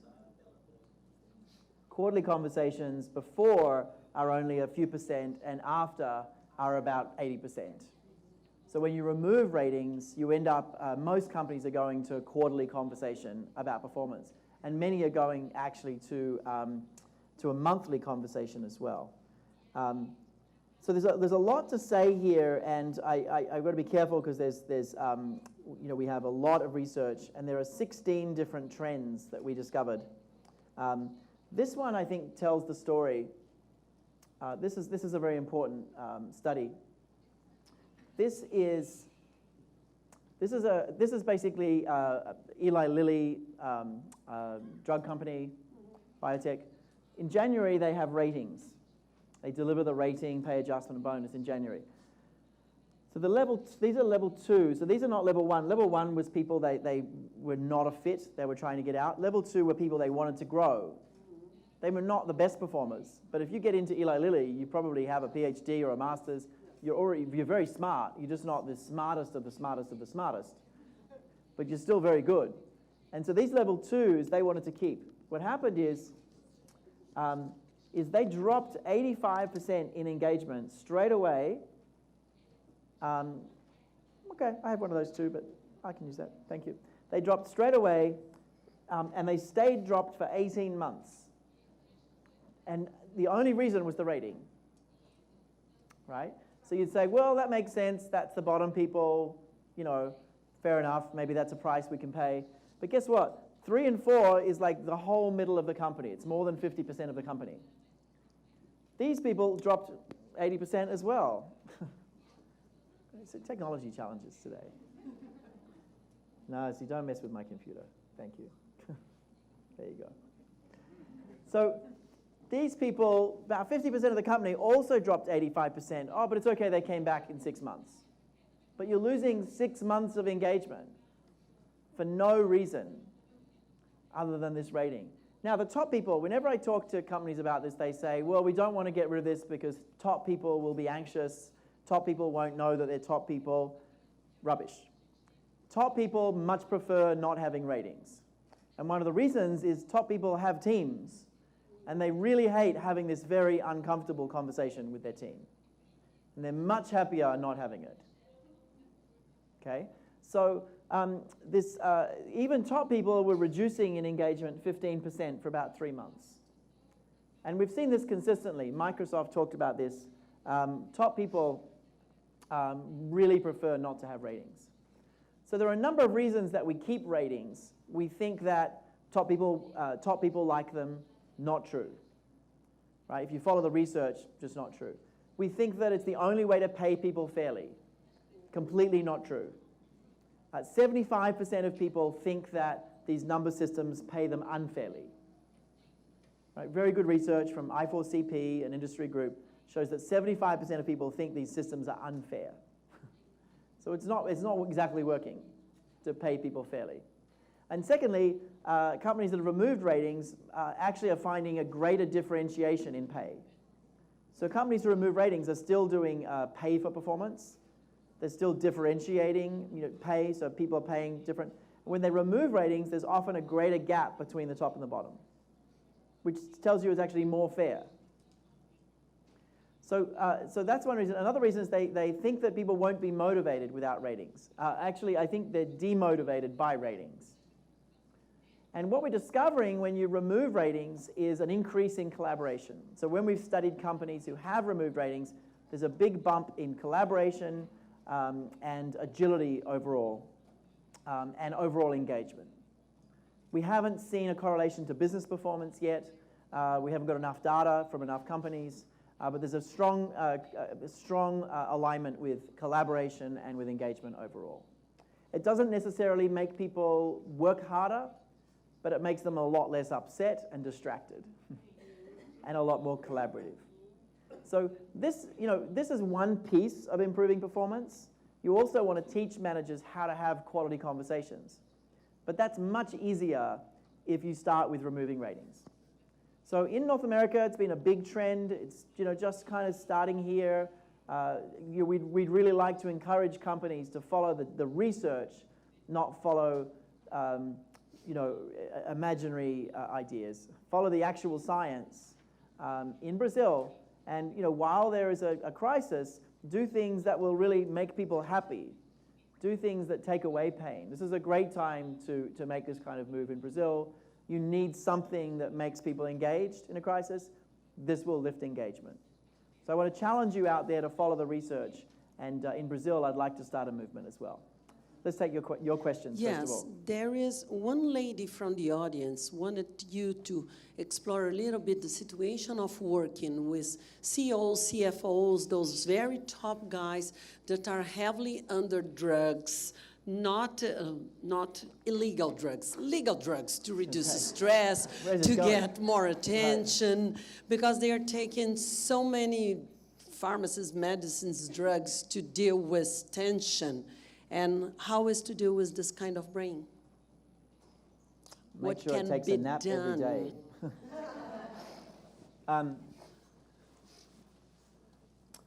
Yeah, I mean that's a big question. It's slightly in a different direction. I wanted to debrief a bit more on this, but I'll answer that briefly. The manager, as you go up in an organization, you get more to think about. And more pressure, more people watching you, mistakes are costlier, and so you have increasing threat response. A threat is a sense of danger. So as you go up in an organization, you have increasing threat response. I don't know if you heard here of the Peter principle. Do you know the Peter principle? It's an old idea where people get promoted to the level of their incompetence and then stay there. Do you know that idea? People get promoted until they fail. Yes. It's not a very good idea. What's really happening is they get promoted until their self-regulation fails. So they get promoted to the level at which everything becomes too much and their brain is in threat. When your brain is in strong threat, you can only do things without thinking deeply. You don't have insight, you don't think about people, you can just follow well-worn paths. So, it's an interesting challenge. And so, it's like a computer that's going at 10%, the speed that it should, or the processing power has been dropped to like 10%. So, we have to address that, and there are ways. Sometimes it's a case of exercise, sometimes it's a case of better sleep. If you don't manage your sleep, you have a problem.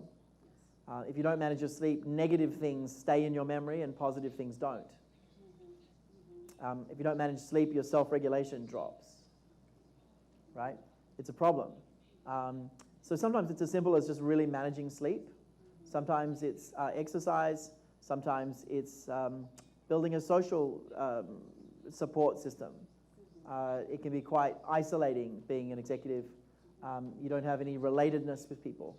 So sometimes it's building a social support network and maybe even just a life outside work as well. Can be helpful, but it is something to take seriously because without, if you're operating at 10%, you will make bad decisions. Let's face it, yeah. Okay, so your proposal based on research and real data from the real world, not something invented in laboratory, would be to abandon the rating. But if you abandon that, what are you going to put in the place of the rating? And how do the HR department is going to react without the huge number of files with the rating systems and numbers on every worker? How can you calm them down? The HR department is often the biggest block for this change. Not always. Sometimes they're driving it, but they can be. So firstly, the fear we have is that without a number, we won't know how people are doing. So let me tell you the data on this number. This number statistically tells you significantly more about the manager than the employee. The number that people get, the rating, statistically is significantly more correlated to the manager than the employee's actual performance. Right? So you have a very false sense of certainty about your employees, let me tell you the correlation between a number and people's actual performance is less than 25%. Wow. Less than 25% of someone's rating correlates to their actual performance. The rest correlates to error and management bias. So let's not build anything on a number that's not even 25% accurate. Because your employees will sue you one day, all of them. Seriously, I won't say that too loudly or too often, but there's enough academic research out there that you could start a class action to say, you've been giving me bonuses for something completely and utterly wrong. And by the way, that research has been out since the year 2000. So, you know, this is another perspective. So, you know, we have this false sense of certainty. I said that the brain doesn't like, or the brain pays a lot of attention to things that are different or unexpected. And when things are expected, you don't notice it. In the same way, the brain pays a lot of attention to things that are uncertain. Right? Uncertainty is danger. And we don't pay much attention to things that are certain. And so we get all anxious about, well, if we're, you know, what will we do? What will we do? What companies do is they teach managers how to differentiate pay by giving them maybe some general guidelines. You know, if people have done much better than their goals, give them between, you know, 10% and 25%. You decide. People have achieved what you thought, give them between 5%, 20%. You decide. But don't give anyone a label, right? Just, you know, generally use these guidelines. So there's a big trend to go back to manager discretion, but it's not the Wild West, it's manager discretion with some guidelines for what to do. So companies are saying, we want you to differentiate pay, we want you to do that, and we want you to talk to employees about their performance. Every week, every month, the minimum every quarter. And when you remove ratings, that happens a lot more. A lot more. So when you remove ratings, managers have a lot more informal conversations with their employees about their performance. Guess what that means? Managers actually know their people more. Right? So managers know their people more, so they're actually paying them more accurately, more fairly. Right? The other thing is no one is getting rid of talent review, and you need a good talent review process. You just don't end up with a single label you give people. So talent review is still very much happening. So no one is throwing out talent review, no one is throwing out pay for performance, no one is getting rid of goal setting, no one is getting rid of debriefing about goals. All these things are still there. Most companies are still documenting the conversations. They're just saying, let's not simplify a year of blood, sweat, and tears into one single number that we're then going to argue about for the next 5 years together. Right? You give someone a number they're unhappy, for the next 5 years they're going to like bring that into every conversation you have. You know what I mean? Yeah. So that's the change that's happening. And what's the first step to start this change? It's a 6 to 12 month journey. We've been researching how to do that. We've been helping companies do that, and we'll start doing that here now as well. We've been helping companies make the change, and you know, you need to identify your philosophy first. Do you want to have like guided conversations or structured conversations? Do you want what do you want to achieve now? You know, is it about growing people faster, or is it just about paying people fairly? Is the system about collaboration? Do you want it to encourage engagement? Like, what do you want the system to encourage? It's very important. You need to rebrand the process. So we've been helping companies build a new brand for the whole process, so it's not called performance management. And then think about what you want people to talk about and how often. And so you're really designing a framework for quality conversations. And what characterizes a quality conversation? What are the main components of a quality conversation? We're seeing 3 things. Let's see, I've got it here. I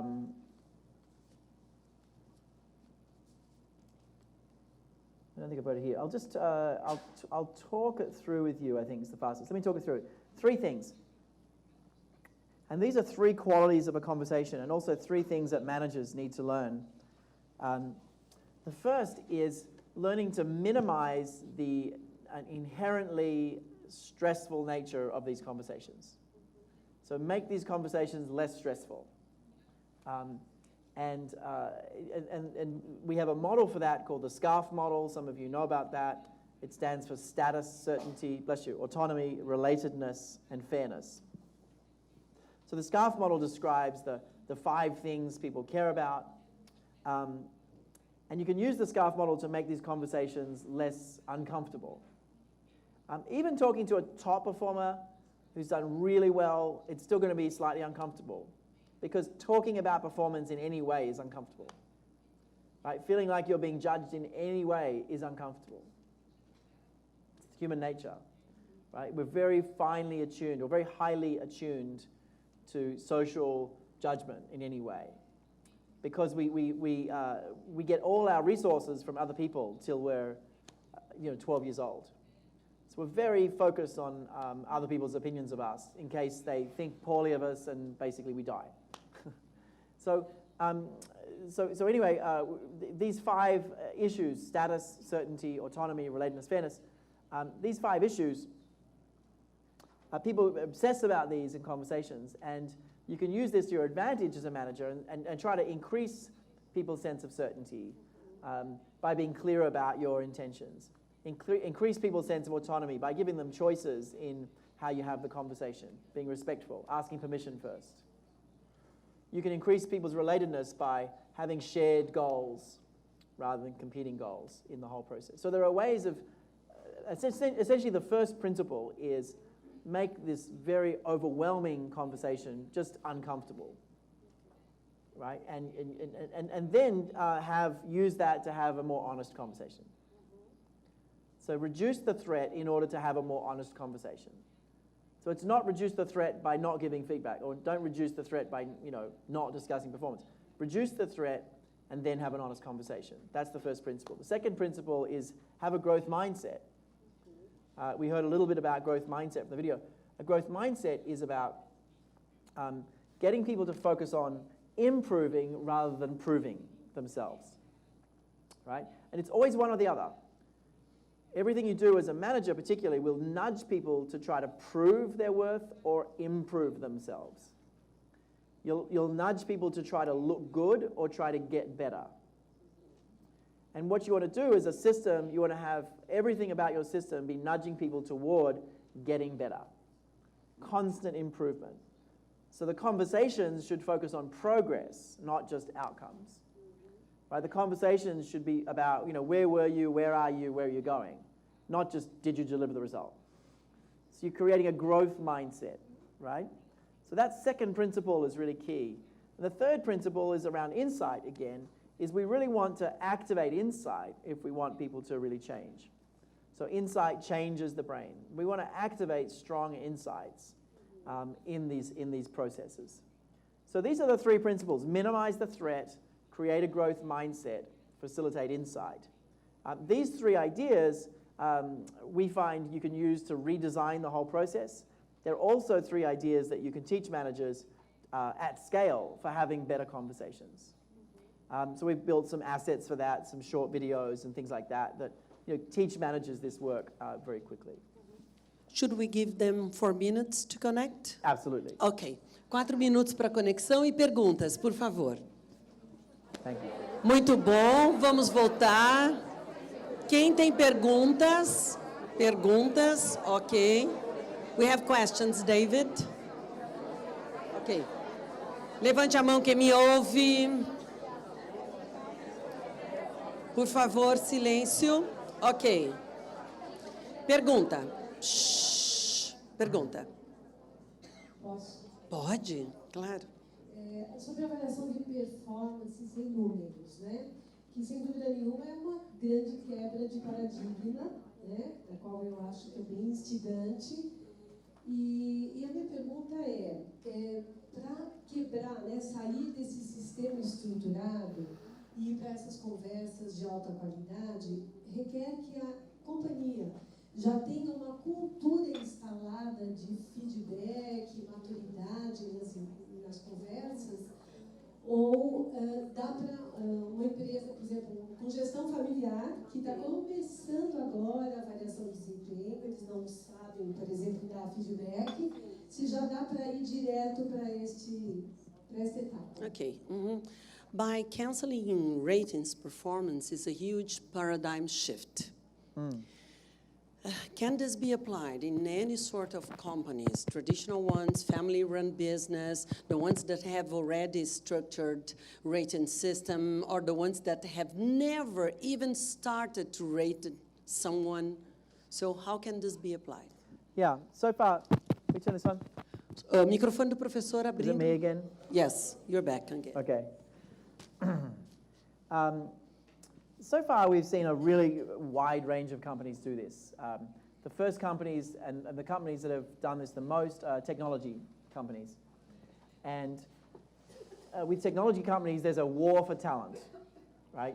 And they're competing for a limited number of people. And the kinds of people that work there like autonomy, they want to be treated as adults, this kind of thing. So it was sort of natural that it happened in technology. And by the way, the reason there's a war for talent in technology is every company is now a technology company. If you run a supermarket, you're now a technology company. You run a bank, you're now a technology company. So there's a big war for talent for technology companies everywhere, technologists. Anyway, so technology was sort of first, but now you have mining, primary industry, farming, manufacturing, government, everywhere. High-skilled workers, low-skilled workers, absolutely everywhere. I think that we haven't seen an industry where it wouldn't work. Now, there are some organizations that, or some industries that don't want collaboration between people. They don't really want collaboration, and they actually like people competing aggressively. And there's not a war for talent, there's a never-ending pool of people who want to come and work there, right? And if you're out, too bad, we'll just start with someone else, right? There are industries like that. Ratings will happen later there. There are some industries like that. You know, everyone wants to go there. There's an unlimited pool of people. And you don't care if people are upset. You don't care if they're not engaged. You just want the people who are the hunters, and you want them competing with each other and not collaborating. In that instance, ratings may be helpful. There's not that many of those companies around, but there's some. Investment banks, some investment banks are a little bit like that. Everyone wants to work there. They pay unbelievable money. You know, if you're out, they'll find 50 people to fill your seat tomorrow. They'll be well trained. You know, and they like competition. Although that world is changing, they want some collaboration now as well. So it's not black and white. Yeah. We have another question. A outra pergunta, por favor. Hi there. First of all, I'm a big fan of your job, your work. You want my job? Feel free. Go. Yeah. Thank you. And I'm an IT operation manager. And also I agree with you about KPIs, and they stereotype people. But I can't figure out yet how to handle a company without these KPIs, because it's like to have a car without a gas meter, because you need to know how your company is working in the end of the quarter, and you need to deliver some results. Yeah. And if you dependence of your results, you also want to be stereotype. Yeah. And how to handle this? Yeah. Firstly, people are biased with ratings, and they're just as biased without ratings. They're biased both ways, right? So putting ratings in doesn't get rid of bias in any way. They're biased with ratings, biased without ratings. Okay, let me just say that. We'll talk about bias in a minute. Which would you rather, a car with one fuel gauge that is only 25% accurate, and you never know which 25%? So 1 in 4 times it's correct? Or a car with about 20 gauges that are not just fuel but everything, temperature, fuel, performance, you know, air going through the carburetor, everything, right? Without one simple one that's only correct a quarter of the time, right? And that's what's happening with companies. Companies track a lot of data, and having the single number actually makes them lazy. And so knowing how someone is doing is harder without any ratings, but let me rephrase that. Knowing Pretending you know how people are doing is easier with ratings. Actually knowing how people are doing is easier with no ratings, because you don't rely on something that's wrong, right? So what companies are doing is they're working harder to know what is actually happening. So they're tracking many different things, and that's a good thing. So this isn't an anti-data movement. This is an anti-one point of data movement. And simplifying people's commitment and care and blood, sweat, and tears and emotion, and simplifying an entire year of their care into one single number is very inhuman. And I mean, tyrants use this principle of labeling people a number to dehumanize them. That's what they do, right? Through history. So let's not dehumanize people. I mean, it's literally dehumanizing. The way to dehumanize, think of that phrase, dehumanize. The way to dehumanize people is just classify them as a number. So does it dehumanize to classify them as 20 numbers? A lot less. A lot less, because you don't tag to this one number. It's like, okay, and often those numbers are fairly accurate. If one of those is sales, it's pretty accurate. If another one is, how many customers you've spoken to over the year, that's pretty accurate. If another one is what other people think about you, that's somewhat accurate. So you can have many different data points. We have another question. Por favor, microfone para o senhor. Denise está dando, está atrás do senhor. Isso. A minha pergunta é a seguinte: o cérebro, nosso cérebro, ele tende a julgar sempre. Nós trabalhamos com padrões, né? Como fugir disso? De qualquer forma, haverá julgamento. Our brain is a pattern machine. Our brain judges. How to get rid of it, because anyhow we are going to judge. Easy. There's only one way. You just take it off, then it's gone. You cannot stop judging. You cannot stop judging. Not possible. Every single person you meet, you judge so much. Every single person you meet, you decide on in-group or out-group, unconsciously. You decide on status ranking, unconsciously. Those two things determine everything about how you interact. And you can't not do it. It's built in. It's like breathing. It's automatic. So you'll never be able to not judge people. Now, what you can do is shift your attention to a growth mindset rather than a fixed mindset, right? So you can shift your attention to saying, how can we all get better, rather than how can we assess performance, right? At the end of a year, you can say, well, let's debrief on the whole year, or you can say, let's focus on what we need to improve at in the new year. And one of those is much more useful than the other, right? So you can shift a little bit. You'll never stop judging, but you can shift a little bit to focusing on growing, which decreases the judging a little bit, but you won't get rid of it. Growth mindset. One of my favorite ideas with growth mindset, you can add one word to shift from a fixed mindset to a growth mindset. I say it to my daughter a lot. She says, Dad, I'm just no good at math. I say, no, you're no good at math yet. Just add the word yet. Right? You're just working on it. You're still improving. You're getting better all the time. Look at the progress you've made since 2 months ago. Let's focus on the progress you've made. All of those things prime for growth mindset, right? Versus self-judging. Yeah. We have another question from the back and another here in front of first row. Marcelo, aqui à sua esquerda, essa senhora. Isso. E uma lá de trás. Por favor, a questão. Com quem está o microfone? Pode fazer. Isso. Bom dia. Meu nome é Aline.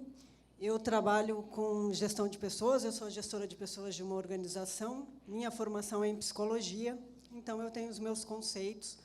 Tenho um MBA em gestão empresarial justamente para entender esse contexto. Trabalho na área já há bastante tempo, uns 18 anos mais ou menos, e eu trabalho numa organização que eu considero maravilhosa porque ela não atua com esses padrões, por exemplo, de avaliações de desempenho. Nosso presidente tem uma mentalidade muito boa nesse sentido, ele tem um conceito muito parecido com o que a gente está vendo aqui, Só que eu tenho restrições com relação aos meus gerentes e gestores. Eles cobram da gente ter rotulações, programas de avaliação de desempenho e coisas nesse sentido. E a nossa dificuldade está sendo em mostrar para eles que não existe essa necessidade. Aí, assim, como mudar a mentalidade de gestores que, às vezes, trabalham com esse tipo de ferramenta há muitos anos e não estão conseguindo gerenciar equipes sem esses padrões, sem esses rótulos. Obrigada. Eu vou resumir, tá bom, Aline? Tá? Porque ele não quer ficar pondo e tirando. Não, ok. Muito simples. Tá? This lady works for a long time to a company, 18 years old, and the company, the chief, the president, is very much in favor of no ratings, no regular ratings. The problem is the mid-managing people, because they demand the HR department to insert the That's rating. Right. So they don't have to talk to people. That's right. Yeah, middle managers will say, I prefer to have a rating, because then they don't have to talk to people. They can just tick a box. I've done my performance management for the year, right? Tick the box. And what you're going to say to them is, well, now I want you to talk to people about their hopes and dreams. And they'll be like, what? I don't have time to talk to people? Why should I talk to people about their performance? Right? So it's interesting. I just saw a study come out this morning. The number one reason people leave companies at the moment in North America is a lack of career development. A lack of career development from the corporate executive board. It just came out, some new research. The number one issue was a lack of feeling there's an opportunity to develop. So that's a good reason to talk to people. So it is a challenge. Interestingly, if you're trying to get the CEO on board, you've got the CEO on board, that's great. If you're trying to get the CEO on board, just ask them if they rate their team. They never do. And you say, why don't you rate your team? And they'll say, I can't do that. You say, why not? They'll say, well, it would just be weird. See if they have any insights. Next question. One more question here. Hello, good morning, Dr. Locke. David. My name is Eugenia. I'm completely different from the old group. I'm from the education area. Oh, good. I'm not from business area. And I love that model. I love that idea of not writing education performance. But how can we apply it?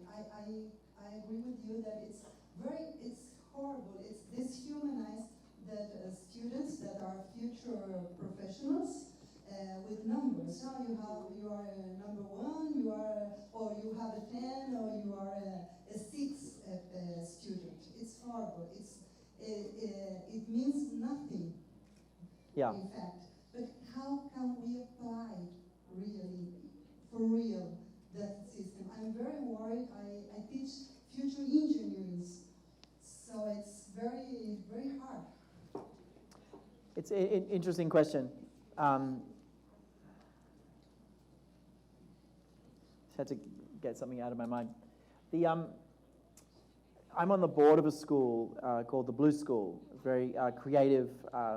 It was just selected as one of the top 12 most innovative schools in the world. And it's a fascinating experiment. We have about 500 kids. My girls both went there. One just graduated.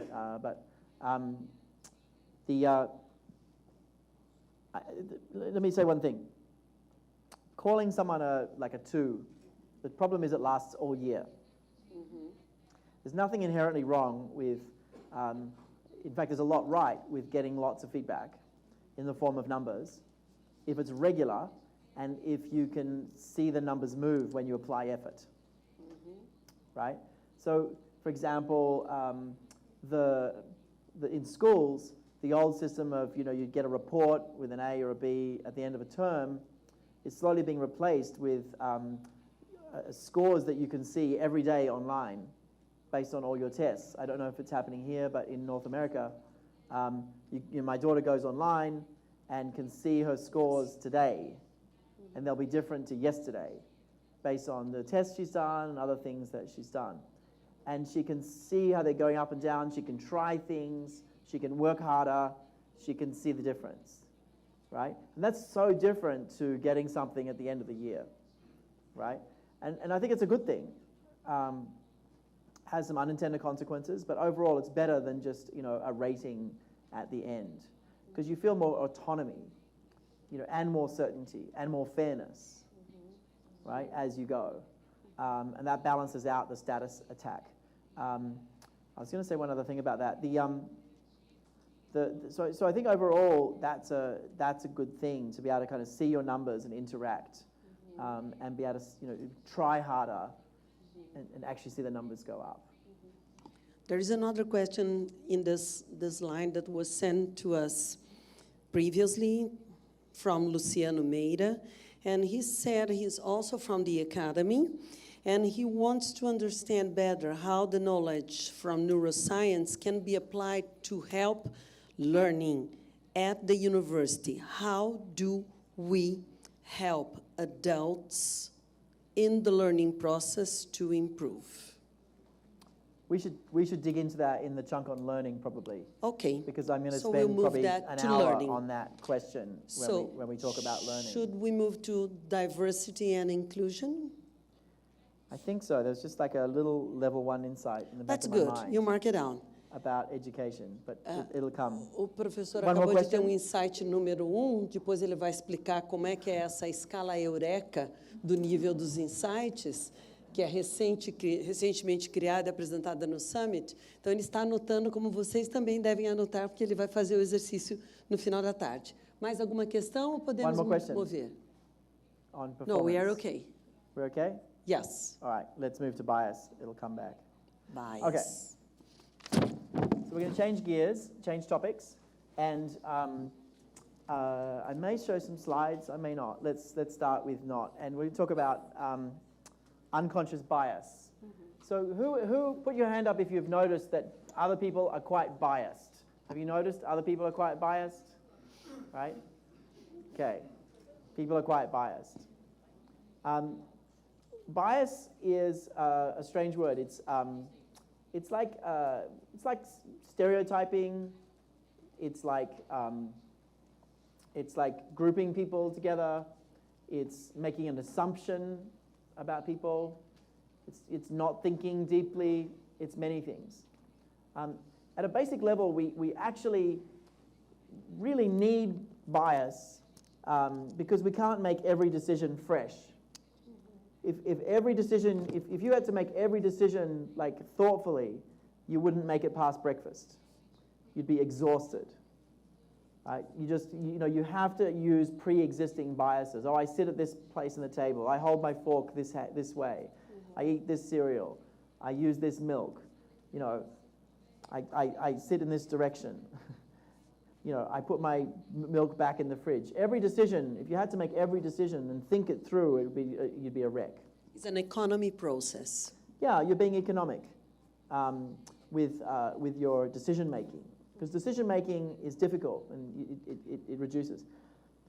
The trouble is, in organizations, this shorthand that we use for decision making ends up resulting in some unintended consequences. It ends up resulting in teams of people that all look the same, think the same, and as a result make bad decisions. It results in people who are slightly different not feeling included, not feeling like they have a voice. Often they have very good ideas, very important ideas. And it's not just an ethical or moral thing. Companies that are diverse and inclusive perform significantly better. The research on that is absolutely clear. Diverse and inclusive companies are better companies. Profitable, more profitable, perform better. Ethnically diverse companies about 35% better. Gender diverse companies about 15% better. So not as good. So you want ethnically diverse and gender diverse. They just perform better. Right? But bias gets in the way of this. But bias also gets in the way of just good decision making. It's not just about hiring people, it's also about what we invest in, what we de-invest in, what we, all the decisions we make day to day. So You can't take bias out of everything, but you can reduce bias a little bit in key decisions. You can reduce bias in key decisions, okay? And this is some research that we did. Let me just pause with one more point about diversity and inclusion first, though. Diverse and inclusive teams are better in 3 specific ways. They make better, they solve problems more effectively. They're also more creative, and they also find mistakes more actively. So 3 ways, 3 different ways: finding errors, solving problems, being creative. Diverse and inclusive teams are better than non-diverse and inclusive teams, right? So it's not just an idea, it's not just like, something we should do, although it is something we should do. It's very important for business, and particularly for innovation, right? Particularly for innovation. So diverse and inclusive teams matter. Now, here's the problem.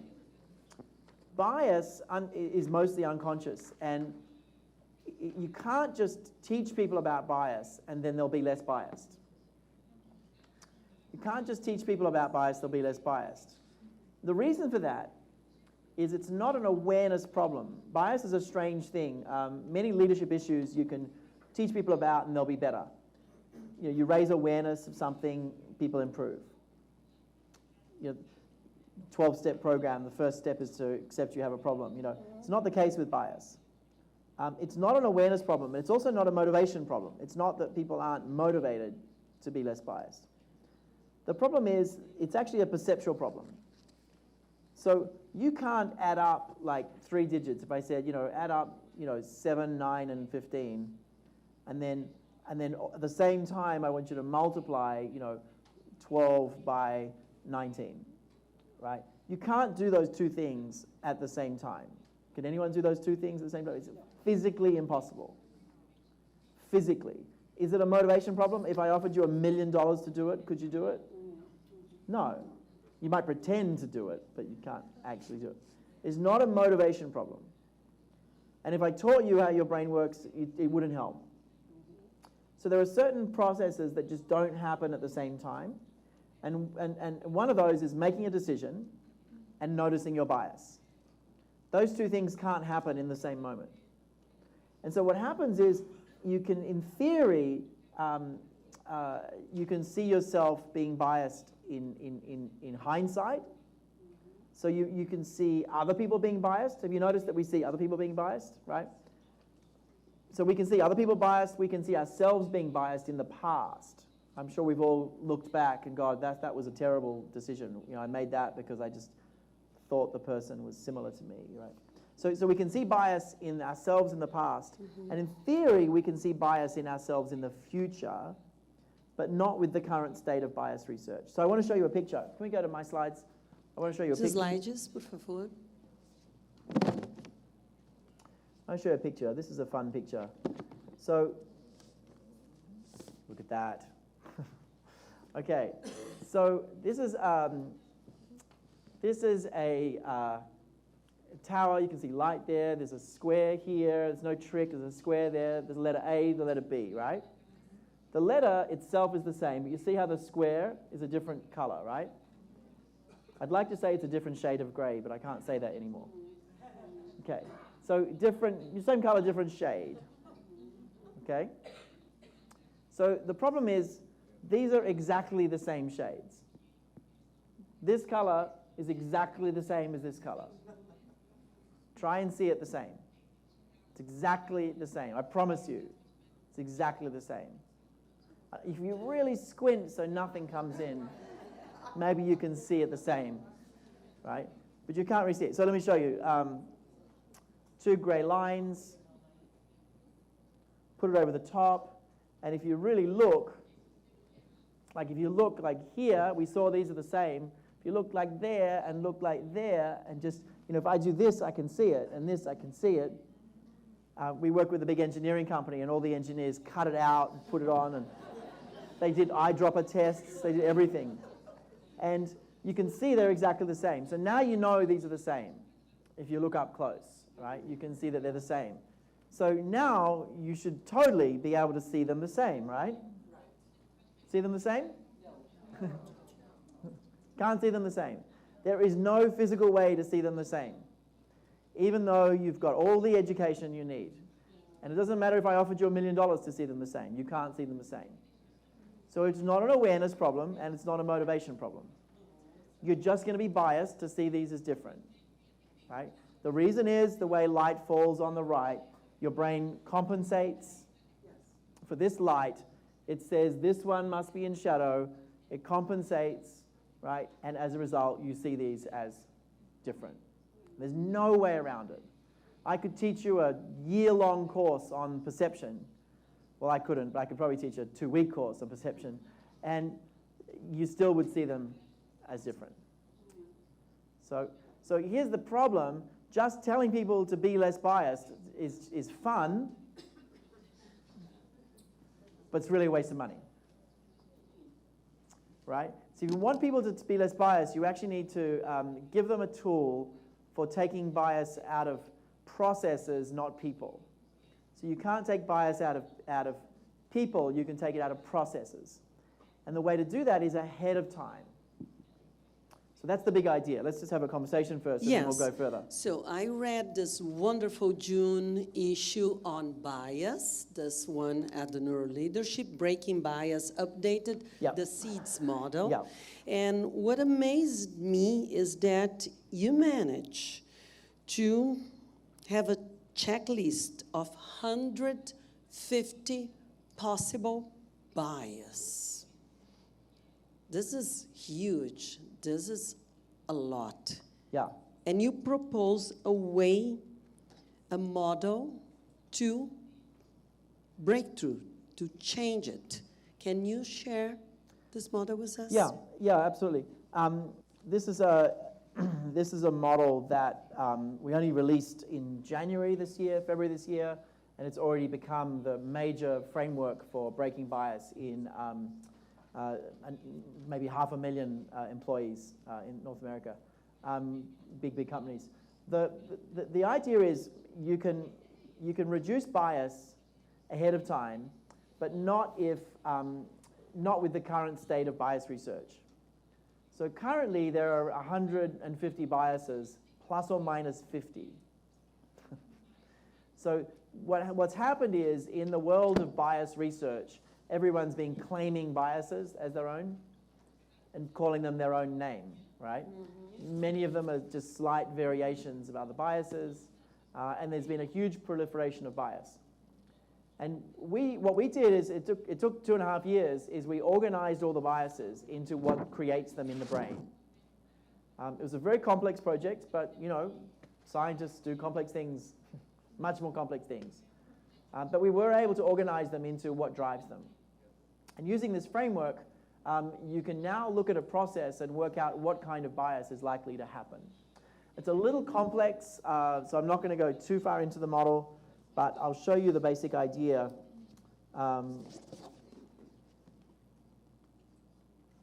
There are 5 categories of bias: similarity, expedience, experience, distance, and safety. And I will just say, notice the TM on the SEEDS model. It is a trademark model. If you want to use it in-house, talk to Pela about programs. You can't just teach it in-house without a conversation. But the model is, there are 5 different things that your brain does to generate biases. And you don't need to remember 150 biases, or even 50, or even 20. You just need one word. And that one word helps you remember 5 words. The word is SEEDS, and it stands for similarity, expedience, experience, distance, and safety. Okay, so similarity is, your brain basically says people who are similar to you are better than others. So if someone is similar to you, if you're in a room and you've got someone who's from Brazil, someone who's from Argentina, someone who's from Chile, someone who's from America, you will listen to the person from Brazil more openly. You won't know you're doing it. You're more likely to hire them. You won't know you're doing it. In fact, everything that person says, you'll hear more richly. You won't know you're doing it, right? So similarity bias gives people who are similar to you an unfair advantage, just because they're similar to you. Second one is expedience bias, and what happens here is it's basically cutting corners. If something feels right, it must be true. So you try to cut corners with experience bias. Experience bias is we don't realize that we only see the world through our lens, and our lens is our lens. So experience bias is we forget that we're seeing the world through our experience. We don't see the world as it is. Distance bias, things that are closer to you are better than things that are further away. So you're likely to work on a project that's in one town over than a project in 3 towns over, even though you're never traveling to either of them. One just feels better. You're likely to hire someone who's closer to you than someone further away. You notice if you're an HR person and you're recruiting in multiple cities and your city, you'll keep focusing on your city and you'll forget about other cities. So distance bias is interesting. Safety bias is bad is stronger than good. With safety bias, we are trying to get rid of negative things more intensely. Safety bias is a bit like the thing I opened with. We avoid negatives. The negatives jump out more. So with this framework, you can look at something like a hiring process or a decision that you're trying to make and say which of these biases is likely to happen, and then you can actually develop a strategy for offsetting that. It is something you can teach to managers. We've been teaching it to managers. We've been debriefing with them, seeing what happens, and you see managers making different decisions almost every single day of the week as a result of the framework. So they are pausing and thinking about their biases and making different decisions as a result. People decisions, not just hiring, also assigning projects, rewarding people, promoting people. All types of HR decisions are being made differently, as well as business decisions using this framework. So that's the bias work. Let me just, I think I'll pause there and should we have a digestion or yes, chat? I think we are going to have digestion. Yeah, let's give you a few minutes to think about this. Minutos para vocês pensarem nos vieses, nas tendências do cérebro, anotarem os insights e voltarem com perguntas. 4 minutinhos. So there's another underestimated concept, which is that you make the whole impression of one person after 7 seconds. I've heard about 15 seconds. I've heard lately 2 minutes. So how does neuroscience relate this topic, the time it takes to make a first and eternal impression of a person? If there is any concept on this, any truth on that? Yeah. There's mixed research on this. The short answer is it's much faster than you imagine. It might be 1 second, might be 5 seconds. I'd have to study the literature closer. I've seen studies on both. It's a few seconds. So someone new, you decide in a few seconds. You feel uncertain at first. In a couple of seconds, you've decided on in-group, out-group, status, and safety. Are they a danger to you in any way or not? And all of that. So it's very quick. And a lot of it is it's not on what they say, it's their body language, how they hold themselves. Appearance goes a long way, but also how you dress. I mean, all those things go into it. So yeah, we do make a decision. There are 2 kind of fundamental things that we decide. One is warmth and one is competence. So there's good research on this. We decide on warmth. So is this person someone I trust, someone who cares about other people, or are they not warm? And the second one is competence. Can they be helpful? Are they actually good at something? And they're 2 different variables, but we decide both of those unconsciously really fast. So it's definitely a moment, and most of it is your unconscious things. Most of it's your unconscious things that you're giving off. If you want people to like you more, just smile all the time. Another question there, Agnelson. Ok. Eu gostaria de compartilhar insight, não necessariamente uma pergunta, mas até para saber se eu estou no caminho do pensamento, né? Como eu já sou formado na metodologia, o insight que apareceu, quanto fica mais fácil no processo de coaching trabalhar com essa metodologia para revisão de crenças, né? O que traz para nós um outro caminho, né? Outro insight, desculpa, Mara, outro insight é o quanto nós ficamos anteriormente discutindo a questão da gestão de desempenho, mantendo um viés que é de medida, né? Eu trabalho como consultor e grande parte, aqui no Brasil, eu faço mediação depois de focus grupos, depois que a pesquisa de clima ela é aplicada, e grande parte da queixa é que a avaliação de desempenho é injusta, né?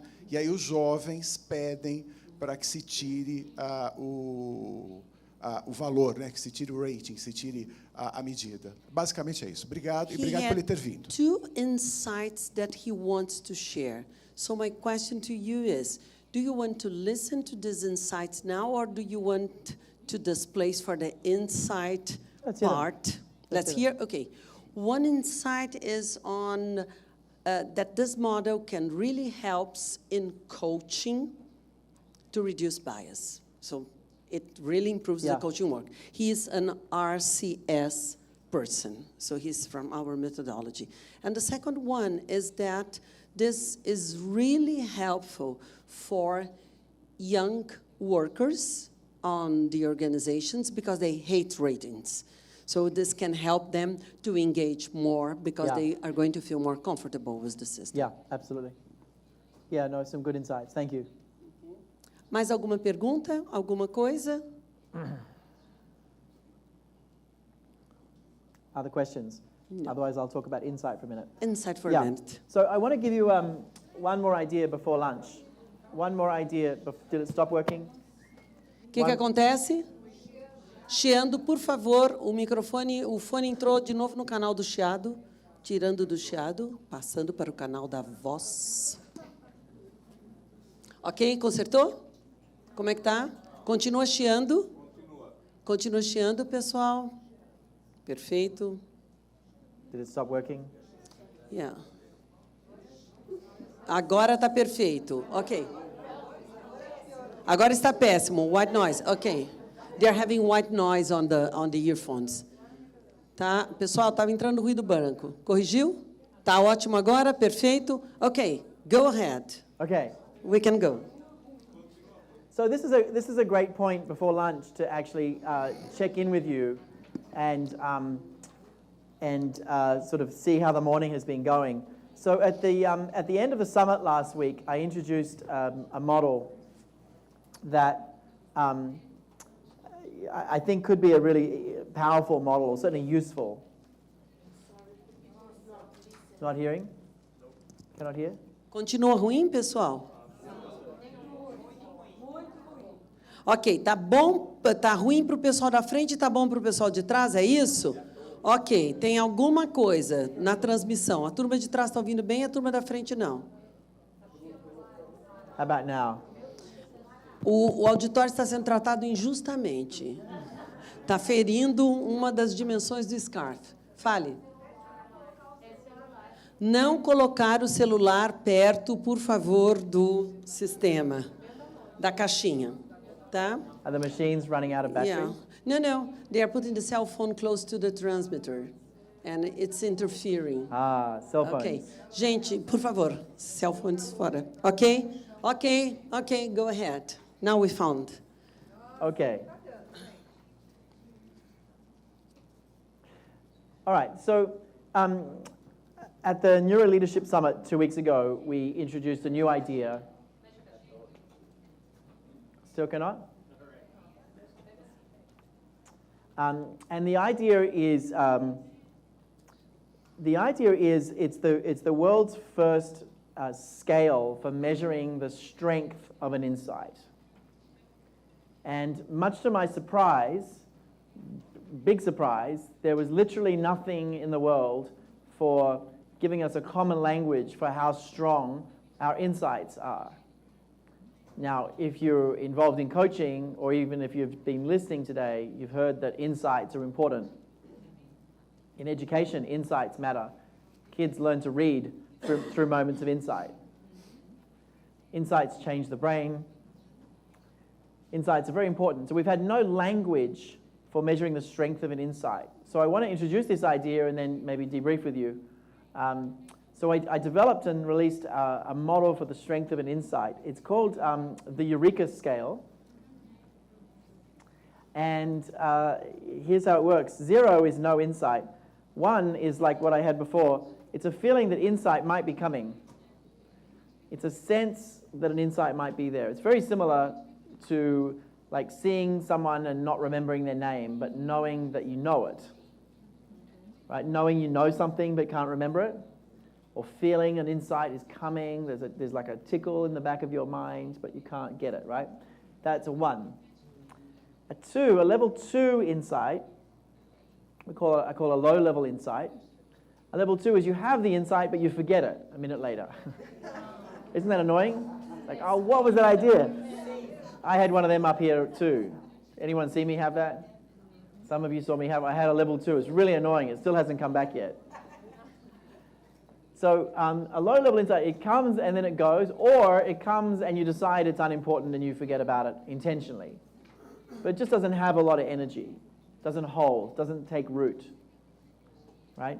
The third level is the sort of first proper insight. It's the first level of like proper insight. And it's a medium level insight. With a level 3 insight, you think about the idea for a minute or two, maybe a few moments, but it stays in your mind for a bit. It doesn't just come in and go out. It stays there for a while. Not for hours, but it stays there for a little bit. Maybe you think about some implications. You think about, oh, what does that insight mean? Maybe you write something down, maybe you don't, but you think about it. And you can remember the insight. An hour later, the next day, you can probably remember the insight, but not the next year. Probably not the next month, right? A level 4 insight is a strong insight. A level 4, you can remember like a month later. It's pretty significant. When you have a level 4, you're motivated to take action.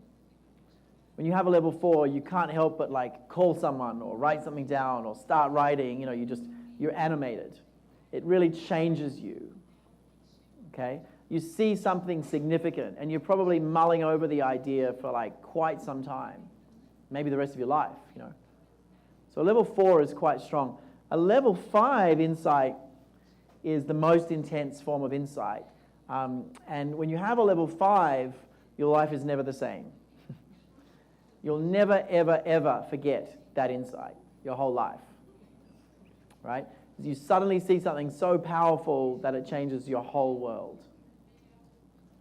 And many people will never have a level 5, or have very few.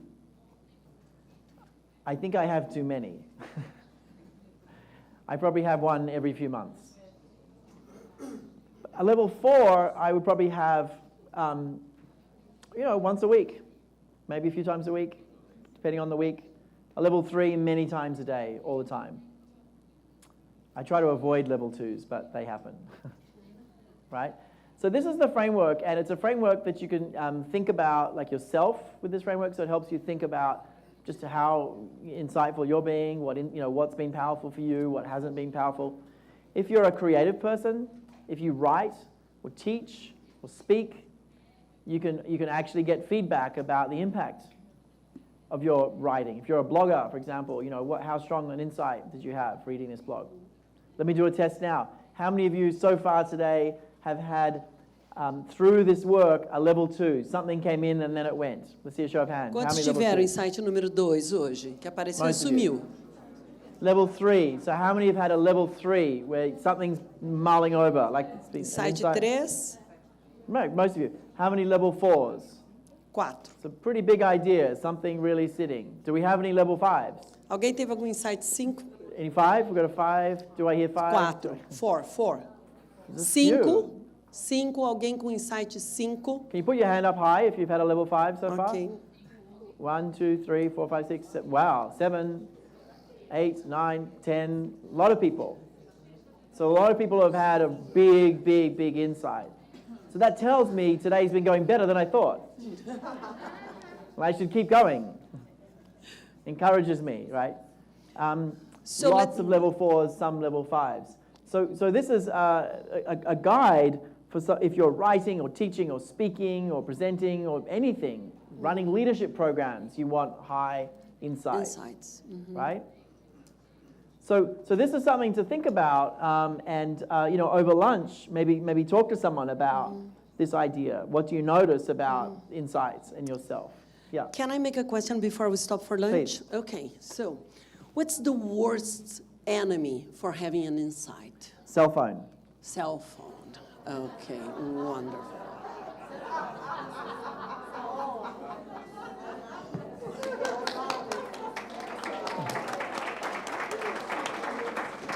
Okay. It's true. Yeah, I believe That's that. the worst I believe enemy. that. I believe that. Okay. You can tell by the reaction in the room. De mudança, o cérebro social e os tipos de insight, tá? Então estejam preparados com a mente aberta para essa sessão. I'll talk about that. Okay. Something like that. Mudanças rápidas. Okay. Can you hear me? Everyone hear me? Yes. Okay, welcome back. I want to talk about change a little bit. I want to talk about organizational change, which relates very much to individual change, obviously, and share with you our recent thinking on this space. Then I'll have time for questions. So these are some of the themes that you're seeing out in organizations, right? Companies are trying to be more agile, collaborative, global, innovative, diverse and inclusive, talent-focused, customer-focused, connected, maybe in Brazil, cutting costs, managing expenses, lifting engagement, right? Resilience. So these are all different changes that organizations are seeking to make at the moment. I think that there are two types of changes that we're trying to make in organizations. There are the tangible, physical things that are easier to think about. And they're easier to think about just because they're more certain, right? Something that's more certain, you can bring it to mind more easily than something uncertain, right? The certain things are structures and processes, how you pay people, how you organize teams, where people work, when they work, how they work, right? The physical things that you can see in the world. And most companies put all their time and effort into that stuff when they're trying to create change. One of my favorite changes that makes things worse is companies trying to be more innovative and agile, get rid of people's offices and go open plan, because they think people will talk more to each other. And what happens is actually people now wear headsets the entire time, because they can't focus at all, and lose about a day a week of productivity. So be careful of going open plan. Anyway, companies are often focusing on the left when we need to focus on the right, or at least do both. I'm going to talk about the right, the human habits. I'm going to summarize research from our learning practice. So we're in the third practice. We talked about three practices: performance, diversity, inclusion, learning, and change. So here are some of the big findings. We did some research back in 2010 about how do people learn, how do people change. And there was one particular finding that really we found really important. Whether someone remembers an idea later doesn't mean that they will have changed, but if they don't remember it, they definitely won't change, right? So remembering an idea easily, like recalling an idea, a protocol, a process, an insight, right? Recalling an idea is an essential step for behavior change. And it turns out you can study that much easier than other things, like habit formation. You can study, in fact, there's decades of study on whether people recall things, and there's about 2 studies in the entire world on how people form habits. So we went down the path of how people recall. And in 2010, we published a paper called the AGES model. It stands for Attention, Generation, Emotion, Spacing. We worked with Leila Davachi, who heads up probably the most important lab in the world on memory. She's at NYU, the Memory Lab. And what we asked her is there an organizing principle for making learning stick? Maybe one of them is sit down. Yes. I'll sit here. You sit here. The change. Novelty is good. Okay. So we asked her, what is the principle for making learning stick? And it turns out there is a number of like dials in the brain that you can use to measure things. So it's kind of like a thermometer or a dial, right? There's a dial for how strong people feel emotionally. The amygdala, you've probably heard of that. By the way, it's positive and negative emotion, not just negative emotion. But most of the studies focus on negative emotion, on fear. But the amygdala lights up when you're also really excited. It also lights up when you're really uncertain, because that's strong fear. Anyway, I digress. There's another region of the brain called the ventral striatum, which lights up according to the strength of how rewarded you feel. So if you feel excited by like the potential for a gain or a win, the ventral striatum lights up. There's another region called the hippocampus that lights up according to the strength of a network across the brain for memory. Right? So when you remember something, you activate a network right across the whole brain, especially if it's easy to remember. It's a big memory network. It's not stored in the hippocampus, it's stored across the whole network. It's like saying, where is electricity stored in Sao Paulo? Well, it's everywhere. It's generated some places, but it's everywhere, right? And if everyone is really happy, then electricity will be flowing across the whole network. So with the hippocampus, it's actually next to the amygdala. You can see it there. It's something. Doesn't matter. See if I can do it twice.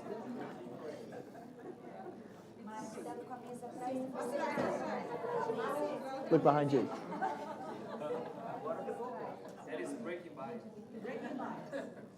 Speaking of memory, I won't forget that now. Now I won't move at all. We will use that. So the hippocampus is connected to the amygdala. It's deep in the brain, and memories are not stored there, but it's like a dial in that the more that region activates, the more like oxygen and glucose in that region, when you learn something, correlates very closely to whether you can remember it later.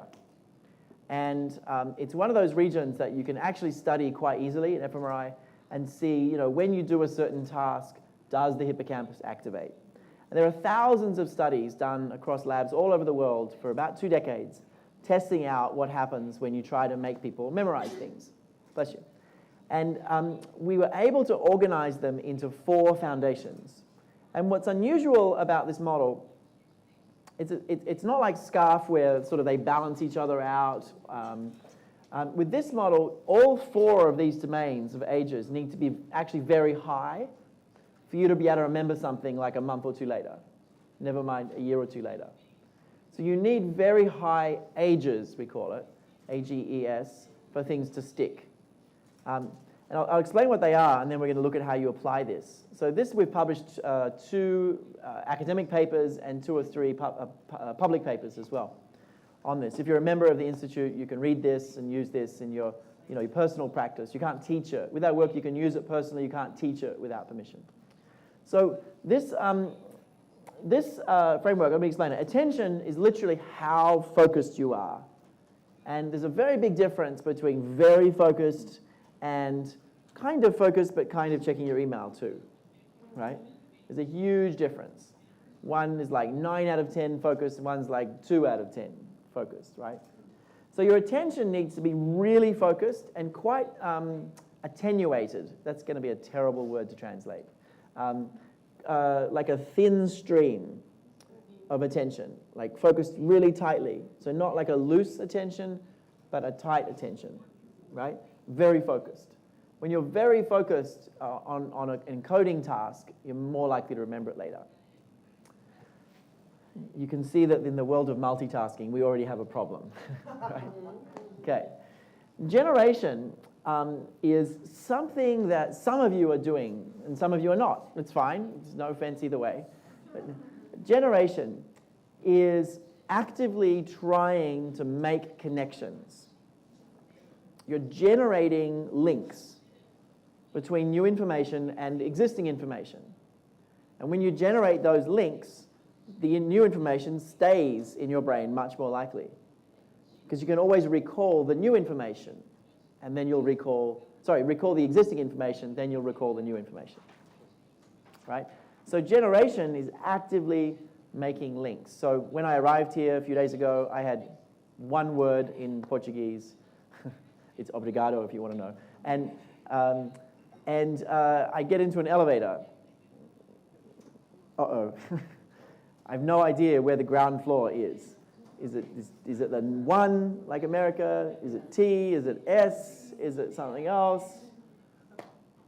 Anyway, so I figure the elevator will find its way to ground. And it comes out a T. And maybe I would remember it like that, but I wanted to make sure I remembered. So I asked Adriana, I said, what does T stand for? And she said terroir. And I said, oh, that's like in French, and it's like in English, terrain, and it's like in French, terroir. And suddenly I had a map connecting T to two things that I knew already. So if I can't remember what T is, I can always remember terrain. I might not remember terroir, but I'll remember terrain and etc. Right? So I'm linking to existing ideas. But to do that takes effort. You've got to generate new links. And the more effort, the harder you work, the more things will stick. Right? So some of you are like making notes and making maps of information and making links between everything and writing down all your insights. All of those things are how you generate. Right? So if you're teaching something and you want stuff to stick, this is not a training class. I'm not going to test you in a month. So I'm not trying to make everything really stick today. If I wanted to make everything stick, every 10 or 15 minutes, I would make you have to explain what you've learned to someone different. Right? So that you had to generate connections with every idea. So the effort is good. Now, if you ask people if they really like a program, a training program, and they say they really like it, it probably didn't do anything. Because for learning to stick, people actually have to be uncomfortable and doing difficult things. They have to be putting in a lot of effort. And not that many people like putting in effort. Okay? So that's generation. Emotion is what you all felt suddenly when we broke a glass. Emotion is a strong reaction. It's either danger or opportunity. Danger is stronger. And if you have no emotion when you're learning something, if you're just emotionally neutral, you won't remember the information very well at all. There needs to be some kind of emotion. And negative emotions are much easier to generate than positive. It's been a theme today. And finally, spacing is you need to come back to things over and over. So these principles, you can use these in many ways. Who's involved in designing change or learning or training initiatives in any way? Let's see a show of hands. How many of you design or deliver training or learning or coaching or anything like that? Okay, many of you. Great, about 40%. So, you can think about ages. If you think about ages, and whether you're coaching, training, facilitating, whatever, think about ages. You can look at the quality of each of these in every activity. How focused is attention? How much are people generating? How high are the emotions? How are we spacing out the learning? And then try to get all of them really high. Okay? But don't ask people what they want, because they'll all tell you low ages. If you poll people, say, what kind of learning will you like to do? It's watching 4 videos at once, paying very little attention, doing no work at all, not being in any way upset, and doing it all in one. That's what people kind of say they want. But they also say they want lots of carbohydrates and no sleep and other things. Anyway, so high ages is important. So this framework you can use to think about designing learning and many other things. But what we did in 2012, we developed this model further, and I had a couple of insights about how to apply this in the work. And two things that stood out. One is that social learning activates very high ages. So what's social learning? Social learning is you're learning something with a partner, teaching each other, right? Or discussing together, or even just thinking about teaching someone, as opposed to just learning on your own. So if you're trying to learn Microsoft PowerPoint, Social learning would be sitting with someone, both building PowerPoints, giving each other feedback, learning together. Non-social learning would be watching a video, right, or doing a webinar. So social learning activates really high ages. You pay close attention when talking to people. You generate deeper connections when you speak, right, than when you just think. Social creates strongest emotions, and ideas get reanimated when you run into people again. That's one's complex, but if I learn something with you, then every time I think of you, I remember the learning. And if we work together, I'll remember the learning over and over. So the spacing effect is good. So social learning activates high ages. But the second thing is social learning actually activates a completely different memory network. There's a memory network for remembering things that are social. So social learning results in better memory performance via a separate social memory network. This is the paper we published. What this basically means is when you're just learning Microsoft PowerPoint on your own, you're activating one region of the brain. When you're learning it with another person, you're activating a completely different memory network in a different part of the brain. Right? It's a different network. Still the hippocampus, but the hippocampus plus different functions connected. And you can remember the memory far, far more and far easier and for far longer if you activate this social memory network. Right? So learning needs to be social. I don't mean just people posting on Facebook. We need to find ways for memory to be social. When we learn socially, we activate high ages, and then we're going to recall much better. All right? Does that make sense? So it's a really important insight for behavior change. Right? We want to learn socially. The second insight around learning is about insight itself. The act of having an insight also creates very high ages. When you have an insight, you pay very close attention. You're creating massive new circuitry. You release strong emotions, and insights keep coming back into mind over time. So insight itself is also one of the strongest forms of ages. And we know from other memory tests that when you have an insight, you can recall the insight far easier than anything else. We could give you a poll to think about the most important insight you've had in the last 10 years. You'll remember the insight, maybe some information around it, but you won't remember much else that day or that week or that month. You just remember the insight. So insights really stick in the brain. So anyway, put these two together, and I'll pause in a minute, and you put these two together, and what you get is this idea, and I'm going to show you. We want to create strong insight. You put these two together, and whoops, let me just give you this. Here we go. Here's how I think we need to drive change. We need to facilitate insight, and ideally strong insight, like level 4. Right? If you can get to 5, fantastic, but at least level 4, at worst level 3. But you want to facilitate insight in social situations that matter over time. So this is operationalizing the ages model. This becomes just a set of instructions for how to create real behavior change. What you want to do is create conditions for insight. Do this in little social groups and keep coming back to it.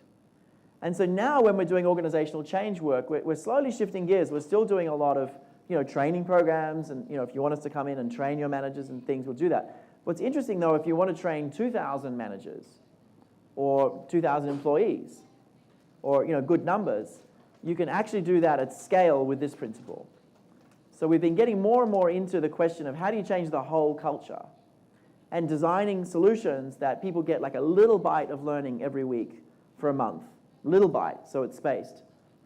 And they get these in social situations over time. We think of it as manager-led learning. So giving managers tools to do this, right, in their local environment. So now you can have 10,000 employees in the same month all have insights in social situations over time. And that's the direction we're going for change. But from a research point of view, you want to maximize ages, and these are the two things that seem to do that. So let me pause there. Do you want to make some comments or questions? You're going to go back there, aren't you? Yes. It's me, rule breaker. No. So this can be applied in education, in any kind of setting, even raising your kids. even at home. Absolutely. You're trying to change behaviors, change culture. People need to see something differently. And if they see it, with someone else there, and then they talk about it, they act on it, they're so much more likely to remember it and to stick with them. Okay. And what happens with people that have very low level of energy? Catch them in the morning. Catch them in the morning. So we need to put them very early working with insights. There are some CEOs that I visit, and I know if I see them after lunch, it's pointless. They're literally like dozing off, like the whole rest of the day.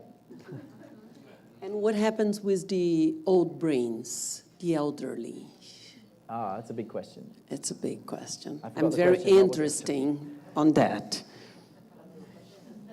The older brain. Who else is interested in the older brain? Everybody. Everybody. Who's getting old. Yeah. Let me answer that, and then I'll give people a chance to digest, I think, especially after lunch. Yes. So, good news and bad news, the older brain. The bad news is we do get slower, right? So it's harder to, we're mentally a little bit slower, if you haven't noticed. The other bad news is it's harder to remember things, if you haven't noticed. The good news is you're happier. It's because we forget things. That's why. That's exactly right. Although someone studied that, and they actually asked the question, is it because people forget things, the bad memories, or what? And they worked out, no, that it's they actually remember not to do things that end badly. So they don't forget bad things, they actually remember bad things and not to do them, right? And to stay away from certain people, stay away from certain foods, stay away from certain situations. They remember, don't do that. And so they just generally don't go down as many bad paths. So that's part of it. And part of it is just a general bias to being happier as you get older. There is a bias. And a big part of it is your kids leave home. Yeah, I'm sorry. The research on having children is you're sort of, if this is a graph, you're sort of happy, and then you have kids and you go like this, and then they get to about like 11, it sort of goes up, and then you plummet again, they're teenagers, and then you go up to where you were when they leave home. So part of it is that the kids don't need you as much. They still certainly need you. But particularly the teenage years are challenging, and also the very young is challenging. But the world is getting older. So companies are changing, societies are changing, and even if we like to be surrounded by young people, I love that they give me so much inspiration and energy, but we are getting older. What's going to be the consequence? Yeah, I think we're more insightful as we're older as well, so we can have more insights because our brain is a bit quieter. The quieter we are, the more insights we have. And then we've got more knowledge to draw from as well. So we have more insights as we get older. I think we're also more passionate about helping people, giving back, mentoring. That's a good thing. That's very rewarding. And I think we know what we like and don't like more, so we focus more. But I think companies really want a mix of people. We go back to diverse thinking, diverse teams. You want a mix of people with a lot of experience and people with a lot of passion and energy for the new. You want to mix both of those, not be any one culture. You don't want just a young culture, you don't want just an old culture. Ideally, you want a multi-generation culture with everyone seeing things in different ways. So do you believe that the conflict among generations, baby boomers, X, millennials, Y, it's a real conflict, or it's just a brain approach to society? No, there's no real conflict with them. It's just every generation has conflict with their parents. Only that. Mm-hmm. Well, it's not only that. There is a couple of generational differences, but they're almost invisible compared to the effect of every generation looks horrible to their parents. But But they're very small differences. But there are differences. Partly they're actually driven by genes that are switched on in certain periods. So the people who survived the Great Depression, had very particular qualities, right? Later on, baby boomers are different. But people who survived the Depression 100 years ago, very frugal, would never happen again. But it actually switched on, it changed their biology. It changed, being that anxious for that long, changed their whole trajectory. It stayed with them. It burnt into their body. People who survived in the Great Recession and had to move home for 10 years with their parents also. So you have a generation of people who lost their homes or had to stay home or things like that. So there's a little bit of that. And then this remote control for your life, is changing human habits faster than the car. It's changing human habits in a huge way. Spacing is a very important dimension for the ages model. But there is this trend on intensive learning. So how to balance intensive learning? We want to learn fast. We want to do an intensive week of coming up with a new skill, intensive day, 20 hours learning. How do we balance spacing and intensive learning? If you ask people what they want, they'll say that they learn better in one block. People predict that they'll remember things better if they learn it in a mass. It's called the massing effect. And it's absolutely true if they only need to remember for the next few days.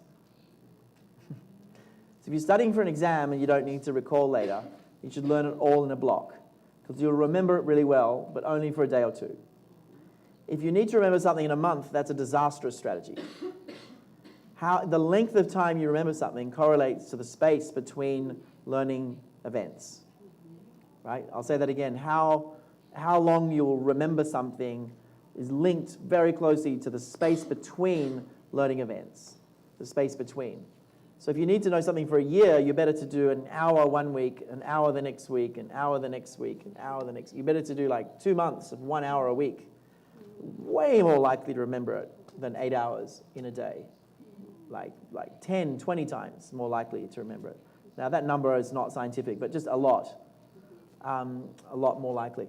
So if you're designing learning from scratch and you said, let's just follow the science, you would do short bursts of learning, and you would do it regularly, and you do it over time, and you'd almost never do, longer than like a day or two. There's just too much to go in. You can do it in certain situations. You can do 3 days in certain situations if it's in the same set. If you're basically on the same path, building the same muscle, kind of going deeper. But a lot of learning programs, like you learn this, then you learn this, and you learn this, and you get a headache trying to fit it all together. So if you're layering learning, it's better. So if you're learning a bit and then you're layering on and then layering on, then you can maybe do 3 days. But it gets exhausting after that. Let's give them a chance to digest. Yes. 4 minutes. 4 minutos para vocês e questões para o Dr. Rock, ok? 4 minutos para os insights de vocês. Boa tarde. Primeiro, agradecer esse compartilhar de conhecimento. É maravilhoso estar aqui ao vivo, escutando o professor Leite. Se o cérebro aprende mais socialmente, como o doutor vê hoje em dia as empresas, eu acho que, na minha opinião, principalmente para a redução de custos, fazer transferir para as plataformas EAD muitos dos nossos conhecimentos, nossos aprendizados que fazemos presencialmente. Então, e qual vai ser o impacto disso daqui para frente, já que isso tem se tornado corrente nas empresas? Obrigada. She says it's a great opportunity to share, to be with you here personally. And if our brain learns socially much better than in any other setting, what happens with distant learning for reducing costs in the companies? Yeah, it's a good question. So, firstly, distance learning can be very social. You can actually make distance learning extremely social and very intimate, in fact. Most distance learning is very cut off. You know, it's you and a computer. It doesn't have to be like that. There's a particular quirk of communication, a particular aspect of communication that maybe you have noticed. When you see someone in person, you speak a certain way. If you speak to them on the telephone, you speak a different way. If you write, you speak a different way. And in person, you're a bit guarded. On the telephone, actually, you're more open, a bit more real. And in writing, we're often too direct. Often get in trouble. But in telephone, or Skype, or real-time, audio communication, there's a huge amount of information in the audio channel. There's the words people use, there's the energy in their voice, there's the spacing between words, there's the tone, timbre, there's like so much data for your brain to connect to and process. It's very rich, even with no picture. Forget Skype, just the sound. And so if you get two people to connect by telephone and not do anything else, and even for like half an hour, and give them a really good question to discuss, the learning can be very social. Like a really good question, like you were supposed to try these 2 habits this week.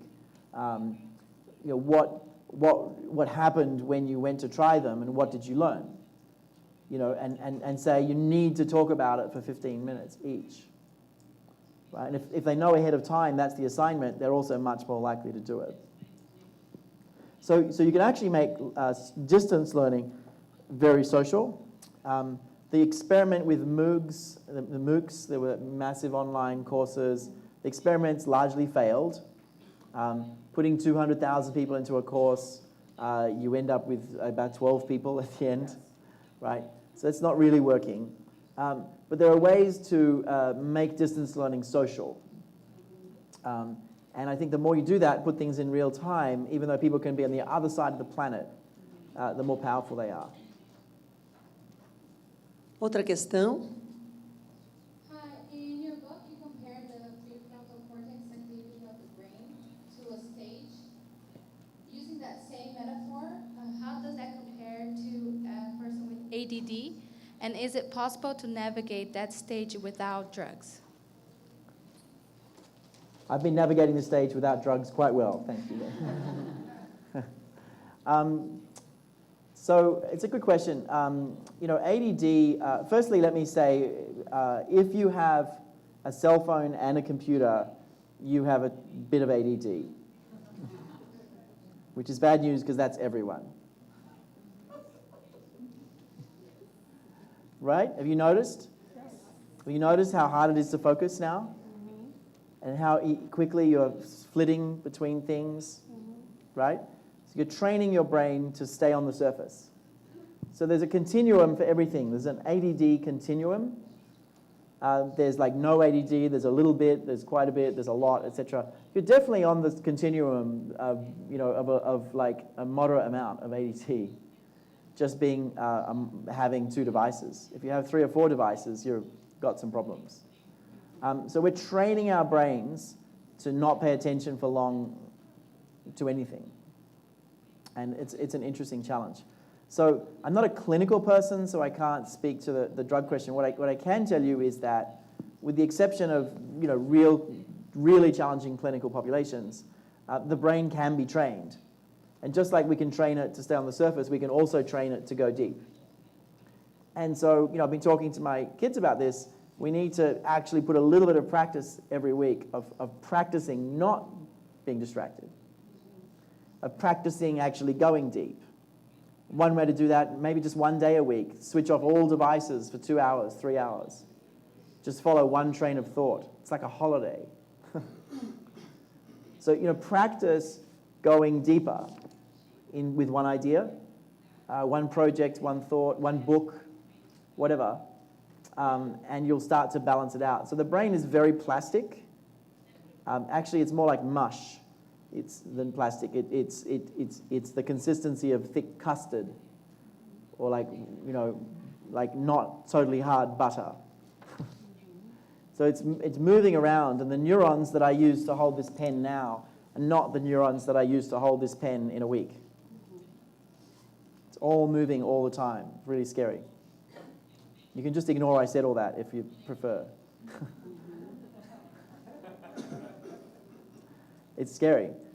So it's changing all the time. It's very dynamic. So one thing that I think is really helpful to notice is just a little bit of something once a week. Like half an hour of something once a week is quite a lot for your brain if you do it every week for like a month. So little cycles that are repeated can change you. I'm taking my girls, they're 8 and 12, I'm taking them ice skating every week. And already by like the third week, there's so far improved. We're only doing like half an hour or an hour once a week. But every week they start at a new level, they go further. At the end of winter, they'll be amazing, hopefully. So it's a little bit every week. Outra pergunta aqui. Por favor, Jorge. A gente sabe, você acabou de dizer que do ponto de vista dos neurônios, eles podem se modificar à medida que a vida segue, outros neurônios trabalham. Do ponto de vista de mapeamento genético dos genes, já existem várias identificações de quais genes fazem o que em relação ao corpo. Eu não vi nenhuma pesquisa indicando de comportamentos sociais. Existe algum mapeamento disso? Okay. There are much genetic information on everything that our body does. Is there any genetic information on social things? Which, in other words, is the social habits something that can be genetic besides environmental? Yeah, there are definitely, many of you are parents and of multiple children and have seen that your kids are really different, right? One might be shy, one might be loud, one might, they're very different. Genes, and they come out that way. So clearly it's not the environment so much. So there's definitely a genetic part of our character and how we act socially. And there's a couple of dimensions that matter. One is risk-taking. So it's risk-taking versus safety-seeking. So there's a genetic dimension for how comfortable we are with risk, how much we're comfortable with, how much we seek safety. You can see it in kids like really young, how far away they'll crawl from their parents before looking back. They test that. There's also a startle reflex that you can test very scientifically. So when to a small child, how much they startle. Like the ones who seek safety startle a lot. The ones who seek risk, it's like, they're excited. So there's a safety versus risk. And the other one is, the other dimension that's interesting is how much you feel comfortable with other people. So how much other people frighten you versus not. And I don't know if you've seen the book Quiet. It's not Quiet Leadership, it's Quiet by Susan Cain. It's a very good book. And there's an excellent idea in there which has been actually very helpful to me and lots of people I know, is that there's introverts and extroverts, but a heck of a lot of ambiverts. Ambidextrous, ambivert. Right? There are people who are actually a bit of both, and a lot more of those than you might think. So with social, there are people that really want to be with others, there are people that really need quiet, and there are people who need both and go between. But the social, there will be a genetic component to how much you want to connect with others. The book by Susan Cain is in Portuguese also. Oh, good. É O Poder dos Quietos, o livro da Susan Cain. Está em português. É O Poder dos Quietos. Poder dos Quietos. Great. Other questions? Outra pergunta? I have a question here that someone sent us via email. Yes. So, how do you help the brain to prioritize what is important, how to give values to things in order to have a good hierarchy of needs. Those are different questions. Which one should I answer? The first one. How do you manage priorities? Yes, how do you manage priorities?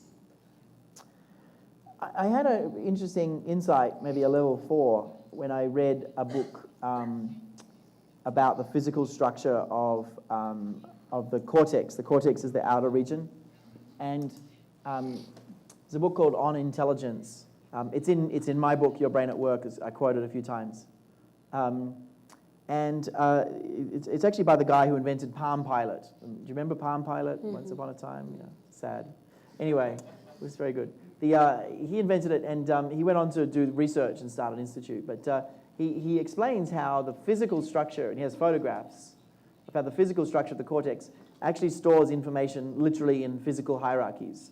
So everything is nested. So you've got something, it's nested in something, it's nesting all the way, right? And if you think about it, the way we learn stuff is in chunks, right? So we'll learn, like the seeds model is one word, seeds. And then there are 5 components. You might learn each one. You might break down each one into other components. And if you really studied the seeds model, you might have 5 layers deep of chunks. The top chunk would be seeds. The next chunk would be each word. The next chunk might be the science. The next chunk might be something else, right? So we have these hierarchies that information is stored in. And what happens is the brain is more efficient when we have these hierarchies clear. And so are organizations to a degree, and teams. If there's absolutely no hierarchy whatsoever, it's very noisy in a team or a brain. We sort of are more effective when there's some form of hierarchy. Not saying too much, but some seems to be good. Certainly in 2 people, if there's no clear dominance between 2 people, actually it's very uncomfortable until it's settled. There's always a dominant-submissive relationship. It can switch, but it's always there between 2 people. So hierarchies are how we're structured socially, physically. And the other thing to say about this is the brain organizes everything around intentions, around goals. So when there's something you want to achieve, information pertinent to that goal starts to appear. So when you decide you want to buy a new car, you start seeing cars, right? You decide you want to have kids, you suddenly discover all these playgrounds. Where did they come from? So information comes into our attention based on our goals. And the clearer your hierarchy, the more that can happen, right? The more that you can tap into that. But if you have 3 competing goals, you're not sure whether your goal is family, work, or health, and they keep arguing with each other, and you're not sure which one is the top, right? You're not going to be able to use that power. And there'll be a lot of conflict in the brain. So the clearer you can make your priorities, the better your brain can go to work at executing and doing what it does well. So it's an important point. What we want to do is work out our priorities and try to anchor them down. Here's the problem. Going back to the question over there about the stage. The stage is like what we use to multiply 56 and 79. The stage is what we use to consciously make decisions. The stage is very limited. You can't hold a lot in there, right? You can't multiply 56 and 79. You also can't hold 5 different priorities and try to order them. It's too complex. So what we need to do is number 1, we need to do that kind of activity when we're very rested. And number 2, we want to minimize the effort of doing this. We want to really minimize the effort. So, put things on a piece of paper or big on a whiteboard. And it's kind of strange. If you wrote, 6 priorities on the wall in like letters this big, if that was a whiteboard. I love big whiteboards. If you wrote your 6 priorities really big and then, stood here and see them, you would have a whole different quality of insight just because they're easier to see, right, than if they were written down in a computer. So there's just less effort. So you can save your processing power for making more subtle connections. You see different things. So it's this issue of, back to this issue of we've got limited cognitive processing, right? Limited resources for processing the world. And we need to maximize that. Sonia Vaccaro is a dearest colleague, and There's on one the over there as stage. well, yeah. Oh, sorry. But posso fazer essa pergunta que está relacionado aqui ao stage? Okay, this is a related question, so we'll follow with that and then them. She's asking, on the stage metaphor, on the stage analogy, that sometimes it's very hard to maintain focus on the actor because the light on stage goes down. So there is no much lightening. How to be able to focus on the actor? Yeah, I mean, the whole kind of first part of Your Brain at Work is about that. I wrote about 5 chapters on that.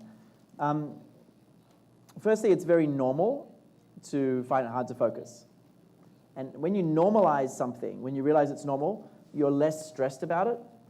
And stress actually reduces space on the stage. Right? So if you're not stressed about something, you have more space on the stage straight away. Does that make sense? Right? So it's very normal to not be able to focus. In fact, most people, their attention wanders 2 or 3 times every 10 seconds. It's just normal. Actually, squirrels have better attention spans than people. It's not supposed to be funny. It's really true. Squirrels. You know what a squirrel is, right? Yes. They have a better attention span. Yeah. Right? They don't go human, but we go squirrel. So it's an interesting challenge. One of the things I can tell you is we seem to have limited processing power. You can increase it a bit, but the best way to get efficiency is choose what to put your processing power to. If you can only make 500 decisions in a day, well, which decisions are you going to make? And so it's about what you say no to thinking about. You know, I'm not going to think about that now. I'm going to think about that when I've got all the information. I'm not going to waste my time, processing something that has no answer yet. So what will you save your decision making for? That's one thing. The other thing I'll say, and this is more of a trick that I use a lot on myself, when you're struggling, focus is made of 2 parts, adrenaline and dopamine. Adrenaline is alertness, dopamine is interest. It's pretty easy to increase your alertness. Alertness, you can just imagine missing a deadline, suddenly you're alert, right? But interest is much harder to generate. And you need quite good amounts of alertness and interest, right? That's what makes up good focus. And so one of the tricks that I use on myself is I'll just do something really interesting and novel and bizarre, and then I'll break a glass. But I'll do something unexpected or just interesting. So if I'm sitting down for a long flight and I want to do 6 hours work, every hour or 2, I'll do something I haven't done for a long time that's really interesting to me, that's unrelated to work.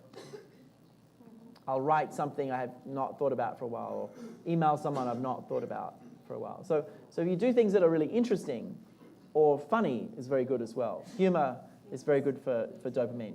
So that's more of a tactic. But I think overall, try to respect the limits of our processing. Do your prioritizing in the mornings or late in the evenings when you've got the most space on your stage. And don't put 10, 20 things on your list. Put 3 and actually do them. Does anyone get more than like 5 things done anymore? Right? And yet we have lists of 10, 20, and then we get upset. Put 3 things that you're definitely going to get done. And you get the sense of achievement. Feels better. That's the other thing. Be more realistic. A outra pergunta, por favor. Eu já li algumas vezes a informação de que para você mudar um hábito ou você aperfeiçoar um comportamento, são necessários mais ou menos 21 dias, já li também sobre 30, dias de prática intensa. Eu queria saber qual que é a fundamentação científica disso, se é real. She read that in order for you to change an habit, You need to work intensively on the new habit for 21 to 30 days. Is there any scientific validated data that says that 4 weeks are needed to change an habit? No. Next question. Próxima questão. And of course, with science, the answer is it depends. And there's no such thing as, two people having the same habit to build. It's so individual.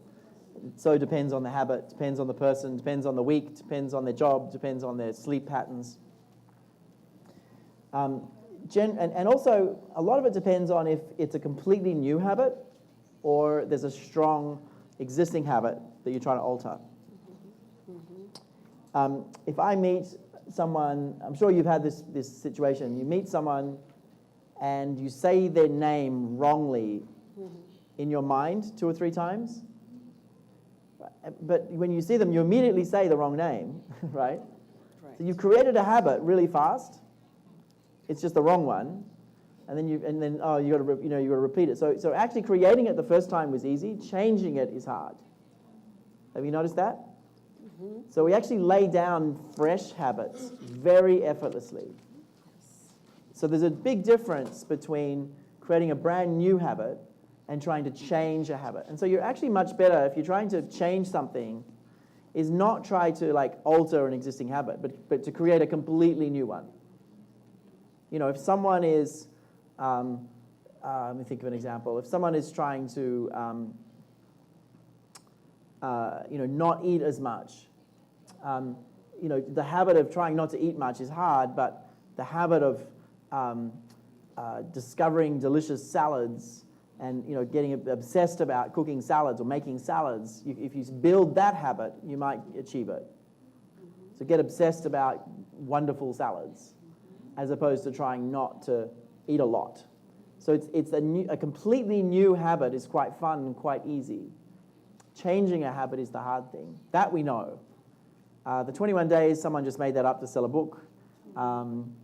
And sometimes it's a year. Sometimes it's 2 months.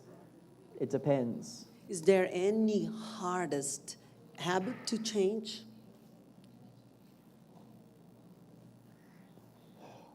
Hardest habit to change. I don't know. I think the as you look at organizations, and we study organizations at scale, the higher you go in an organization, the harder it is for people to change habits. Yes. Right? The lower in the organization, actually, the easier. So I'm not answering your exact question, I know, but I think there are points in life when it's much easier to build new habits. And it's certainly when you have some motivation, some incentive to change, right? If you're already the CEO or you've gone as high as you can, why bother changing? So I think when there's incentive, we can change a lot. We also need a growth mindset around habits. If you believe you can build a new habit, you can probably build a new habit. So that's why I pause. I don't want to say to you, well, these habits are really hard. No, most habits you can build, with the exception of like running 100 miles an hour unassisted, right? Or catching yourself being biased in the moment, or a few other things that are biologically impossible. Usually if you think you can create a habit, usually you can. We have 10 minutes to close our meeting. What do you want to do now, Dr. Rock? I probably should, in the interest of just helping you water your insights, in the interest of helping you water your insights and giving you tools to that, I might just give you a 5-minute summary of different things you can do from here, okay? As an individual contributor, so if you're not from an organization and you're a consultant or coach or whatever, you're just interested in this work, what I would say is just start reading. And my book, Your Brain at Work, is obviously central in this field, but you can also read blogs. There's a blog called Your Brain at Work at Psychology Today. Maybe half of the book is in there in different ways. So you can get a lot of it. There's also a video called Your Brain at Work that was shot at Google. So you can watch the video of me going deeper into the science. So I'd say just start reading about the actual science. We haven't talked a lot about the deeper science, or we have, but there's definitely like some language to learn. The stage is an example of language. Threat and reward is an example of language. Just start learning the basic language, right? Learn the basic language. So there's lots of free stuff out there, not spending anything, blogs, articles, videos, those kinds of things, right? If you want to invest a little bit, get yourself 3 or 4 books. Quiet Leadership and Your Brain at Work are kind of two central ones. Matt Lieberman's book called Social is very good. I don't think it's in Portuguese. There's some books out there. If you're wanting to like really dig into this, there are two different kind of paths you can take. We have a theory program that you can do that's global. We may do a version here at some point, but it's global. It is in English. But it's only about half an hour of English every 2 weeks. So it's otherwise self-study and other things. But there is a program you can do that gives you a 6-month deep dive into the science. And it's designed for practitioners, not scientists. It's a great program, just to tell. I just took it, I finished, I passed the exam, so I did great. It's a great program. It's a wonderful program for everyone who wants to dig into science and how to apply that to your work. Yeah, it's 6 months, online, and quite social. Very social, very social. And so it's called the CFN, or Certificate in Foundations of Neuroleadership. So that's a program you can do. If we get enough demand, we may do one in Portuguese at some point. But there's a global program. The second thing is, here locally in Portuguese, right, we have probably an even more relevant program, which is a skills program. The CFN is theory. We have a skills program for giving you the skills to have brain-based conversations, right? So conversations to generate insight, conversations to help people set goals, conversation to facilitate change. So there's a program that Pela run. We've been running for 4 years or so.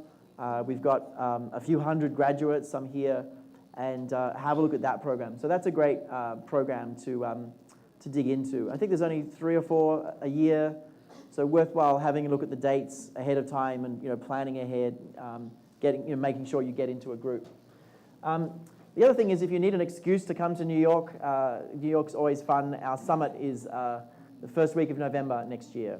Can anyone go to the Anyone summit? can attend if you pay money, yes. Okay, So, well, it's we understand that. It's We practitioners understand. in the audience like yourself. So, so as an individual contributor, think about that. If you're from an organization or you want to bring this to an organization, this work, often what we start with is what we call a research briefing.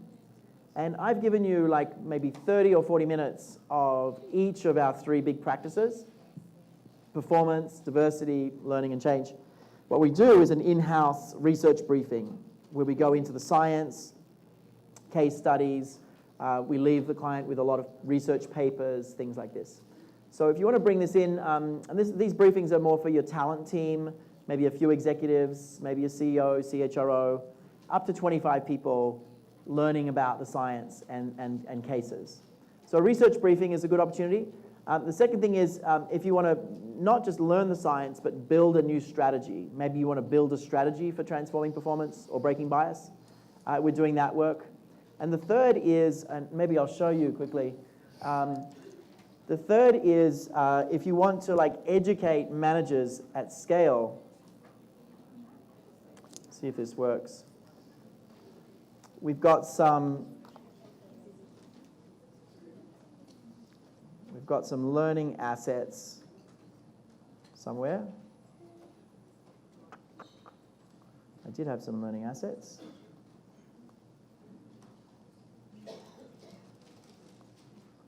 No, it's the summit.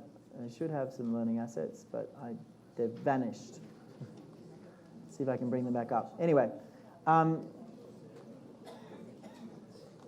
so if you're looking to bring this to organizations, there are some digital learning assets, essentially 5-minute videos with guides that you can give to managers to watch with their teams, for the managers to teach people this work. And that's a really fun model, because you can teach this to managers digitally and then have them introduce this to every employee. And that's social learning at scale as well. So have a chat to Flavia, Adriana, and the others at Felipe to dig into that. The other thing, if you're just wanting to stay connected, I'm on Twitter. It's DavidRock101 on Twitter. If you want to kind of see research that we're publishing and talks that I'm giving, etc. So DavidRock101 on Twitter, if you want to stay connected that way. And other than that, just follow the energy. If you're interested in empathy, look up the neuroscience of that. If you're interested in insight, look up the neuroscience of that. If you follow the things that you're interested in. There's neuroscience research on just about everything now, and more of it is digestible. So I encourage you, whether it's leadership or education, teaching, whatever it is, dig in and start to build the language for yourself of how the brain really functions.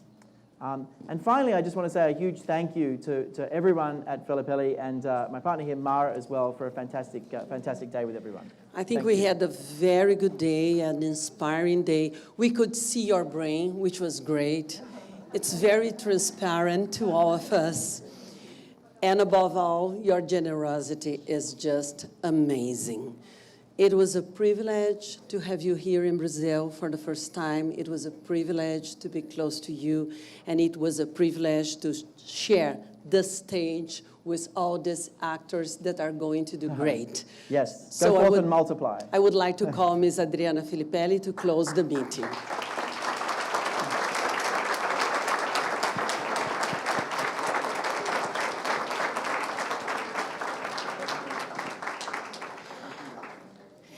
Gente, então, eu tenho certeza que a gente teve um dia muito rico, com muitos aprendizados, mas eu não posso fechar esse evento sem agradecer toda a equipe que colaborou com esse trabalho, porque a gente sempre percebe quando as coisas não dão certo, não é mesmo? Até porque a gente viu a questão do cérebro aqui, que a gente tem o foco no que não funciona, mas a gente, quando funciona tudo, a gente não dá bola, mas quando não funciona é uma coisa. E aqui aconteceu um evento que deu muito trabalho, então eu queria muito agradecer, chamar a equipe da Felipe, eu sei que eles vão me odiar por isso, mas eu quero muito que a equipe da Felipe venha aqui, porque vocês tiveram muito trabalho durante muitos meses para que esse evento pudesse acontecer da maneira que ele aconteceu. Vocês podem vir aqui, Ellen, Vivian, todas, Fernanda, por favor. Adriane, Ana, Cândida. Olha.